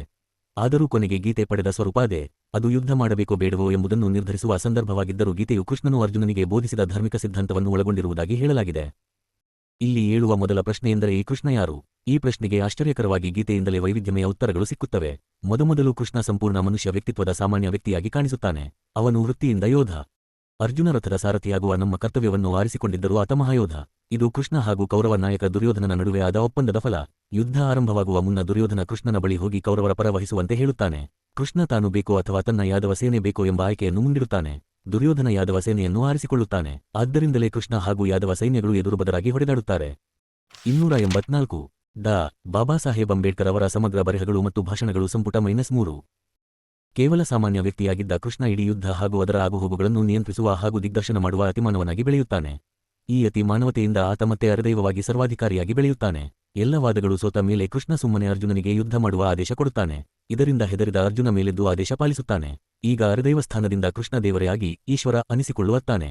ಕೃಷ್ಣನ ವ್ಯಕ್ತಿತ್ವದ ಬೆಳವಣಿಗೆ ಹೀಗಿದೆ. ಇಲ್ಲಿ ಇನ್ನೂ ಮುಖ್ಯ ವಿಚಾರವೆಂದರೆ ಇದೇ ಗೀತೆಯಲ್ಲಿ ಕೃಷ್ಣನು ದೇವರ ಇತರ ಸ್ವರೂಪಗಳ ಪ್ರತಿನಿಧಿಯೂ ಆಗಿ ನಿಲ್ಲುತ್ತಾನೆ. ಗೀತೆಯನ್ನು ತಿರುವಿ ಹಾಕುವವರಿಗೂ ಕೃಷ್ಣನ ಅಂಥ 4 ಪ್ರಾತಿನಿಧಿಕ ಸ್ವರೂಪಗಳು ಸ್ಪಷ್ಟವಾಗುತ್ತವೆ. ಕೃಷ್ಣನೇ ವಾಸುದೇವ. ಭಗವದ್ಗೀತೆ ಅಧ್ಯಾಯ 10.37 ವೃಷ್ಟಿಗಳಲ್ಲಿ ನಾನು ವಾಸುದೇವ, ಪಾಂಡವರಲ್ಲಿ ಅರ್ಜುನ, ಮುನಿಗಳಲ್ಲಿ ನಾನು ವ್ಯಾಸ, ಕವಿಗಳಲ್ಲಿ ನಾನು ಉಶಾನಕವಿ. ಭಗವಂತನಾಗಿ ಕೃಷ್ಣ. ಅಧ್ಯಾಯ ಬೆಳಿಗ್ಗೆ 10:12 ಪರಂಬ್ರಹ್ಮ, ಪರಂಧಾಮ, ಪವಿತ್ರ ಪರಮ ನೀನು. ವಿಷ್ಣುವಿನ ಅವತಾರವಾಗಿ ಕೃಷ್ಣ. ಅಧ್ಯಾಯ ಬೆಳಿಗ್ಗೆ 10:21 ಆದಿತ್ಯರಲ್ಲಿ ನಾನು ವಿಷ್ಣು, ಜ್ಯೋತಿಗಳಲ್ಲಿ ನಾನು ಸೂರ್ಯ, ಮರುತುಗಳಲ್ಲಿ ನಾನು ಮರಿಚ, ನಕ್ಷತ್ರಗಳಲ್ಲಿ ಚಂದ್ರ. ಅಧ್ಯಾಯ ಬೆಳಿಗ್ಗೆ 11:24 ಅನೇಕ ವರ್ಣಗಳಿಂದ ದೀಪ್ತನಾಗಿ ಆಕಾಶ ಮುಟ್ಟುವ ನಿನ್ನನ್ನು, ಬಹುಮುಖ ದೀಪ್ತವಾದ ವಿಶಾಲನೇತ್ರಗಳನ್ನು ನೋಡಿ ಅಂತರಾರ್ಥದಲ್ಲಿ ವ್ಯತಿತನಾದ ನನಗೆ ಧೃತಿಯೂ ಇಲ್ಲ, ಶಾಂತಿಯೂ ಇಲ್ಲ, ಓ ವಿಷ್ಣು. ಬೆಳಿಗ್ಗೆ 11:30 ನಿನ್ನ ಜ್ವಲಿಸುವ ಬಾಯಿಗಳಿಂದ ಸಮಗ್ರ ಲೋಕಗಳನ್ನು ನುಂಗಿ ನಿಕ್ಕುತ್ತಿರುವೆ. ನಿನ್ನ ತೇಜೋಕಿರಣಗಳು ಜಗತ್ತನ್ನು ತುಂಬಿಸಿಡುತ್ತಿವೆ, ಓ ವಿಷ್ಣು. ಕೃಷ್ಣನು ಶಂಕರನ ಅವತಾರವೂ ಹೌದು. ಬೆಳಿಗ್ಗೆ 10:23 ರುದ್ರರಲ್ಲಿ ನಾನು ಶಂಕರ, ಯಕ್ಷರಾಕ್ಷಸರಲ್ಲಿ ನಾನು ಕುಬೇರ, ವಸುಗಳಲ್ಲಿ ನಾನು ಪಾವಕ, ಶಿಖರಗಳಲ್ಲಿ ನಾನು ಮೇರು. ಕೃಷ್ಣನೇ ಬ್ರಹ್ಮ. ಮಧ್ಯಾಹ್ನ 3:15 ಎಲ್ಲರ ಹೃದಯಗಳಲ್ಲಿ ಕೇಂದ್ರವಾದವನು ನಾನು. ಸ್ಮೃತಿ ಜ್ಞಾನಗಳು ಅವುಗಳ ನಾಶವು ನನ್ನಿಂದ ಎಲ್ಲ ವೇದಗಳಲ್ಲಿ ತಿಳಿಯಬೇಕಾದ್ದು ನನ್ನನ್ನೇ ನಾನೇ ವೇದದ ಕರ್ತೃ ವೇದವಿದ ನಾನೇ ಮಧ್ಯಾಹ್ನ 3:16 ಲೋಕದಲ್ಲಿ ಇಬ್ಬರು ಪುರುಷರಿದ್ದಾರೆ ಕ್ಷರ ಮತ್ತು ಅಕ್ಷರ ನಶ್ವರ ಮತ್ತು ಶಾಶ್ವತ ಸರ್ವಭೂತಗಳು ಕ್ಷರವಾದರೆ ಕೂಟಸ್ಥನೇ ಅಕ್ಷರ ಎನ್ನುತ್ತಾರೆ ಮಧ್ಯಾಹ್ನ 3:17 ಆದರೆ ಇನ್ನೊಬ್ಬನಿದ್ದಾನೆ ಉತ್ತಮ ಪುರುಷ ಪರಮಾತ್ಮನೆಂಬ ಈಶ್ವರ 3 ಲೋಕಗಳನ್ನು ಆವರಿಸಿ ಭರಿಸುವವನು ಅವನೇ ಬ್ರಾಹ್ಮಣ ಸಾಹಿತ್ಯ 285 ಮಧ್ಯಾಹ್ನ 3:18 ನಾನು ನಶ್ವರವಾದುದಕ್ಕೆ ಅತೀತವಾಗಿ ಶಾಶ್ವತವಾದುದಕ್ಕೂ ಉತ್ತಮ ಆದ್ದರಿಂದ ಲೋಕದಲ್ಲಿ ಹಾಗೂ ವೇದಗಳಲ್ಲಿ ನನ್ನನ್ನು ಪುರುಷೋತ್ತಮನೆಂದು ಕೊಂಡಾಡುತ್ತಾರೆ ಮಧ್ಯಾಹ್ನ 3:19 ಯಾರು ಮೌಢ್ಯವಿಲ್ಲದೆ ಪುರುಷೋತ್ತಮನಾದ ನನ್ನನ್ನು ತಿಳಿಯುತ್ತಾನೋ ಅವನು ಎಲ್ಲವನ್ನೂ ತಿಳಿಯುತ್ತಾನೆ ಮತ್ತು ಸರ್ವಭಾವದಿಂದ ನನ್ನನ್ನು ಭಜಿಸುತ್ತಾನೆ ಓ ಭಾರತ ಕೃಷ್ಣನು ಅರ್ಜುನನಿಗೆ ಬೋಧಿಸುವ ತತ್ವವೇನು ಎಂಬ ಮುಂದಿನ ಪ್ರಶ್ನೆ ಕೇಳಿ ಕೃಷ್ಣನು ಅರ್ಜುನನಿಗೆ ಬೋಧಿಸಿದ್ದು ಮಾನವ ಆತ್ಮದ ಮುಕ್ತಿಯ ತತ್ವ ಎನ್ನುತ್ತಾರೆ ಕೃಷ್ಣನು ಹೇಳಿದ್ದು ಮುಕ್ತಿಗೆ ಸಂಬಂಧಿಸಿದ ಪ್ರಶ್ನೆಯಾದರೂ ಆತ ಮುಕ್ತಿಯ 3 ವಿಭಿನ್ನ ತತ್ವಗಳನ್ನು ಬೋಧಿಸುತ್ತಾನೆ ಸಾಂಖ್ಯಯೋಗ ಹೇಳಿದಂತೆ ಮುಕ್ತಿಯು ಜ್ಞಾನಮಾರ್ಗದಲ್ಲಿ ಸಾಧ್ಯವಿದೆ ಮಧ್ಯರಾತ್ರಿ 2:39 ಈ ಆತ್ಮಜ್ಞಾನದ ವಿವೇಕವನ್ನು ನಿನಗೆ ಕೊಡಲಾಗಿದೆ ಈಗ ಯೋಗಜ್ಞಾನ ಕುರಿತು ಕೇಳು ನೀನು ಇದನ್ನು ಅಳವಡಿಸಿಕೊಂಡರೆ ಕರ್ಮಬಂಧನವನ್ನು ಕಳಚಿಕೊಳ್ಳುವೆ ಓ ಪದಾರ್ಥ ಇದು 2ನೇ ಅಧ್ಯಾಯದ 11-16 ಮತ್ತು 18-30 ಶ್ಲೋಕಗಳಲ್ಲಿ ಚರ್ಚೆಯಾದ ಸಾಂಖ್ಯಯೋಗ ಕುರಿತ ವ್ಯಾಖ್ಯಾನದ ಕಡೆ ಶ್ಲೋಕ 2 ಕರ್ಮ ಮಾರ್ಗದಿಂದ ಮುಕ್ತಿ ಸಾಧ್ಯವಿದೆ 5.2 ಸನ್ಯಾಸ ಮತ್ತು ಕರ್ಮಗಳೆರಡು ಸ್ವಾತಂತ್ರ್ಯಕ್ಕೆ ದಾರಿಗಳೇ ಇವುಗಳಲ್ಲಿ ಸನ್ಯಾಸಕ್ಕಿಂತ ಕರ್ಮಯೋಗವೇ ಶ್ರೇಷ್ಠ 3 ಭಕ್ತಿ ಮಾರ್ಗದಿಂದಲೂ ಮುಕ್ತಿ ಸಾಧ್ಯವಿದೆ ಬೆಳಿಗ್ಗೆ 9:13 ದೈವೀ ಪ್ರಕೃತಿಯನ್ನು ಆಶ್ರಯಿಸಿದ ಮಹಾತ್ಮರು ನಾನು ಸರ್ವಭೂತಗಳ ಆದಿಯೆಂದು ಅವ್ಯಯನೆಂದು ತಿಳಿದು ಅನನ್ಯ ಮನಸ್ಸಿನಿಂದ ನನ್ನನ್ನು ಭಜಿಸುವರು ಓ ಪಾರ್ಥ ಬೆಳಿಗ್ಗೆ 9:14 ಸತತವಾಗಿ ಕೀರ್ತಿಸುತ್ತಾ ಅಂತರ್ಯದಲ್ಲಿ ದೃಢವ್ರತರಾಗಿ ಭಕ್ತಿಯಿಂದ ನಮಿಸುತ್ತಾ ನನ್ನ ಉಪಾಸನೆ ಮಾಡುತ್ತಾರೆ ಬೆಳಿಗ್ಗೆ 9:15 ಇತರರು ಜ್ಞಾನಯಜ್ಞದಿಂದ ಅಂದರೆ ಎಲ್ಲದರಲ್ಲೂ ಆತ್ಮನನ್ನು ಕಾಣುತ್ತಾ ಏಕನೆಂದು ವಿಶಿಷ್ಟನೆಂದು ಬಹುರೂಪಿಯೆಂದು ವಿಶ್ವತೋಮುಖನಾದ ನನ್ನ ಉಪಾಸನೆ ಮಾಡುತ್ತಾರೆ ಬೆಳಿಗ್ಗೆ 9:17 ನಾನು ಈ ಜಗತ್ತಿನ ತಂದೆ ತಾಯಿ ಧಾತ ಪಿತಾಮಹ ವೇದ್ಯನು ಪವಿತ್ರನು ಓಂಕಾರನು ಋಗ್ ಸಾಮ ಯಜುರ್ ಕೂಡ ನಾನೇ ಬೆಳಿಗ್ಗೆ 9:22 ನನ್ನನ್ನು ಅನನ್ಯವೆಂದು ತಿಳಿದು ಪೂಜಿಸುವ ಈ ಭಕ್ತ ಜನರಿಗೆ ನಾನು ಯೋಗಕ್ಷೇಮಗಳನ್ನು ನೋಡಿಕೊಳ್ಳುತ್ತೇನೆ ಭಗವದ್ಗೀತೆಯಲ್ಲಿ ಗಮನ ಸೆಳೆಯುವ 2 ಲಕ್ಷಣಗಳಿವೆ 1 ಅಲ್ಲಿ ವೇದಗಳು ವೈದಿಕ ಆಚರಣೆ ಮತ್ತು ಯಜ್ಞಗಳನ್ನು ಹೀಗಳೆಯುವ ಧೋರಣೆಯಿದೆ 2.42-44 ಓ ಪಾರ್ಥ ಭೋಗೈಶ್ವರ ಮತ್ತು ಸ್ವರ್ಗಪರರಾದ ಮೂರ್ಖರ ಹೂವಿನಂಥ ಮಾತಿನಿಂದ ಅಪಹೃತರಾದವರ ಮನಸ್ಸಿನಲ್ಲಿ ದೃಢ ನಿಶ್ಚಯ ರೂಪುಗೊಳ್ಳುವುದಿಲ್ಲ ವೇದವಾದಗಳಲ್ಲಿ ಸಂತೋಷಪಡುವವರು ಬೇರೇನೂ ಇಲ್ಲ ಎನ್ನುತ್ತಾರೆ ಅವರ ಹೂವಿನಂಥ ಮಾತುಗಳು ಕಾಮ 286 ಡಾ ಬಾಬಾ ಸಾಹೇಬ್ ಅಂಬೇಡ್ಕರ್ ಅವರ ಸಮಗ್ರ ಬರೆಹಗಳು ಮತ್ತು ಭಾಷಣಗಳು ಸಂಪುಟ -3 ಮತ್ತು ಸ್ವರ್ಗಗಳಿಗಾಗಿ ಅನೇಕ ಕ್ರಿಯಾವಿಶೇಷಗಳನ್ನು ಉಲ್ಲೇಖಿಸುತ್ತವೆ ಮತ್ತು ಜನ್ಮಕರ್ಮಫಲವನ್ನು ಹೇಳುತ್ತವೆ ಮಧ್ಯರಾತ್ರಿ 2:45 ವೇದಗಳು 3 ಗುಣ ವಿಷಯಗಳನ್ನು ಹೊಂದಿವೆ ಓ ಅರ್ಜುನ ನೀನು ಆ 3 ಗುಣಗಳನ್ನು ಮೀರಿ ದ್ವಂದ್ವಗಳನ್ನು ದಾಟಿ ಸತ್ಯದಲ್ಲಿ ನೆಲೆಸಿ ಯೋಗಕ್ಷೇಮದ ಚಿಂತೆ ಬಿಟ್ಟು ಆತ್ಮದಲ್ಲಿ ತೊಡಗು ಮಧ್ಯರಾತ್ರಿ 2:46 ಜ್ಞಾನಿಯಾದ ಬ್ರಾಹ್ಮಣನಿಗೆ ಸರ್ವ ವೇದಗಳ ಪ್ರಯೋಜನ ಎಷ್ಟೆಂದರೆ ಎಲ್ಲೆಡೆ ಪ್ರವಾಹ ಇರುವಾಗ ಜಲಾಶಯದಿಂದ ಆಗುವಷ್ಟು ಇದೆ ಬೆಳಿಗ್ಗೆ 9:21 ವಿಶಾಲ ಸ್ವರ್ಗ ಲೋಕವನ್ನು ಅನುಭವಿಸಿದ ಅವರ ಪುಣ್ಯವು ಕ್ಷೀಣಿಸಿದಾಗ ಮರ್ತ್ಯಲೋಕಕ್ಕೆ ಬರುತ್ತಾರೆ ಹೀಗೆ 3 ವೇದಗಳ ಧರ್ಮ ಅನುಸರಿಸುವವರು ಆಶಾವಶರಾಗಿ ಯಾವಾಗಲೂ ಹೋಗಿ ಬರುತ್ತಿರುತ್ತಾರೆ ಅಪೂರ್ಣ ನಕ್ಷತ್ರ ಚಿಹ್ನೆ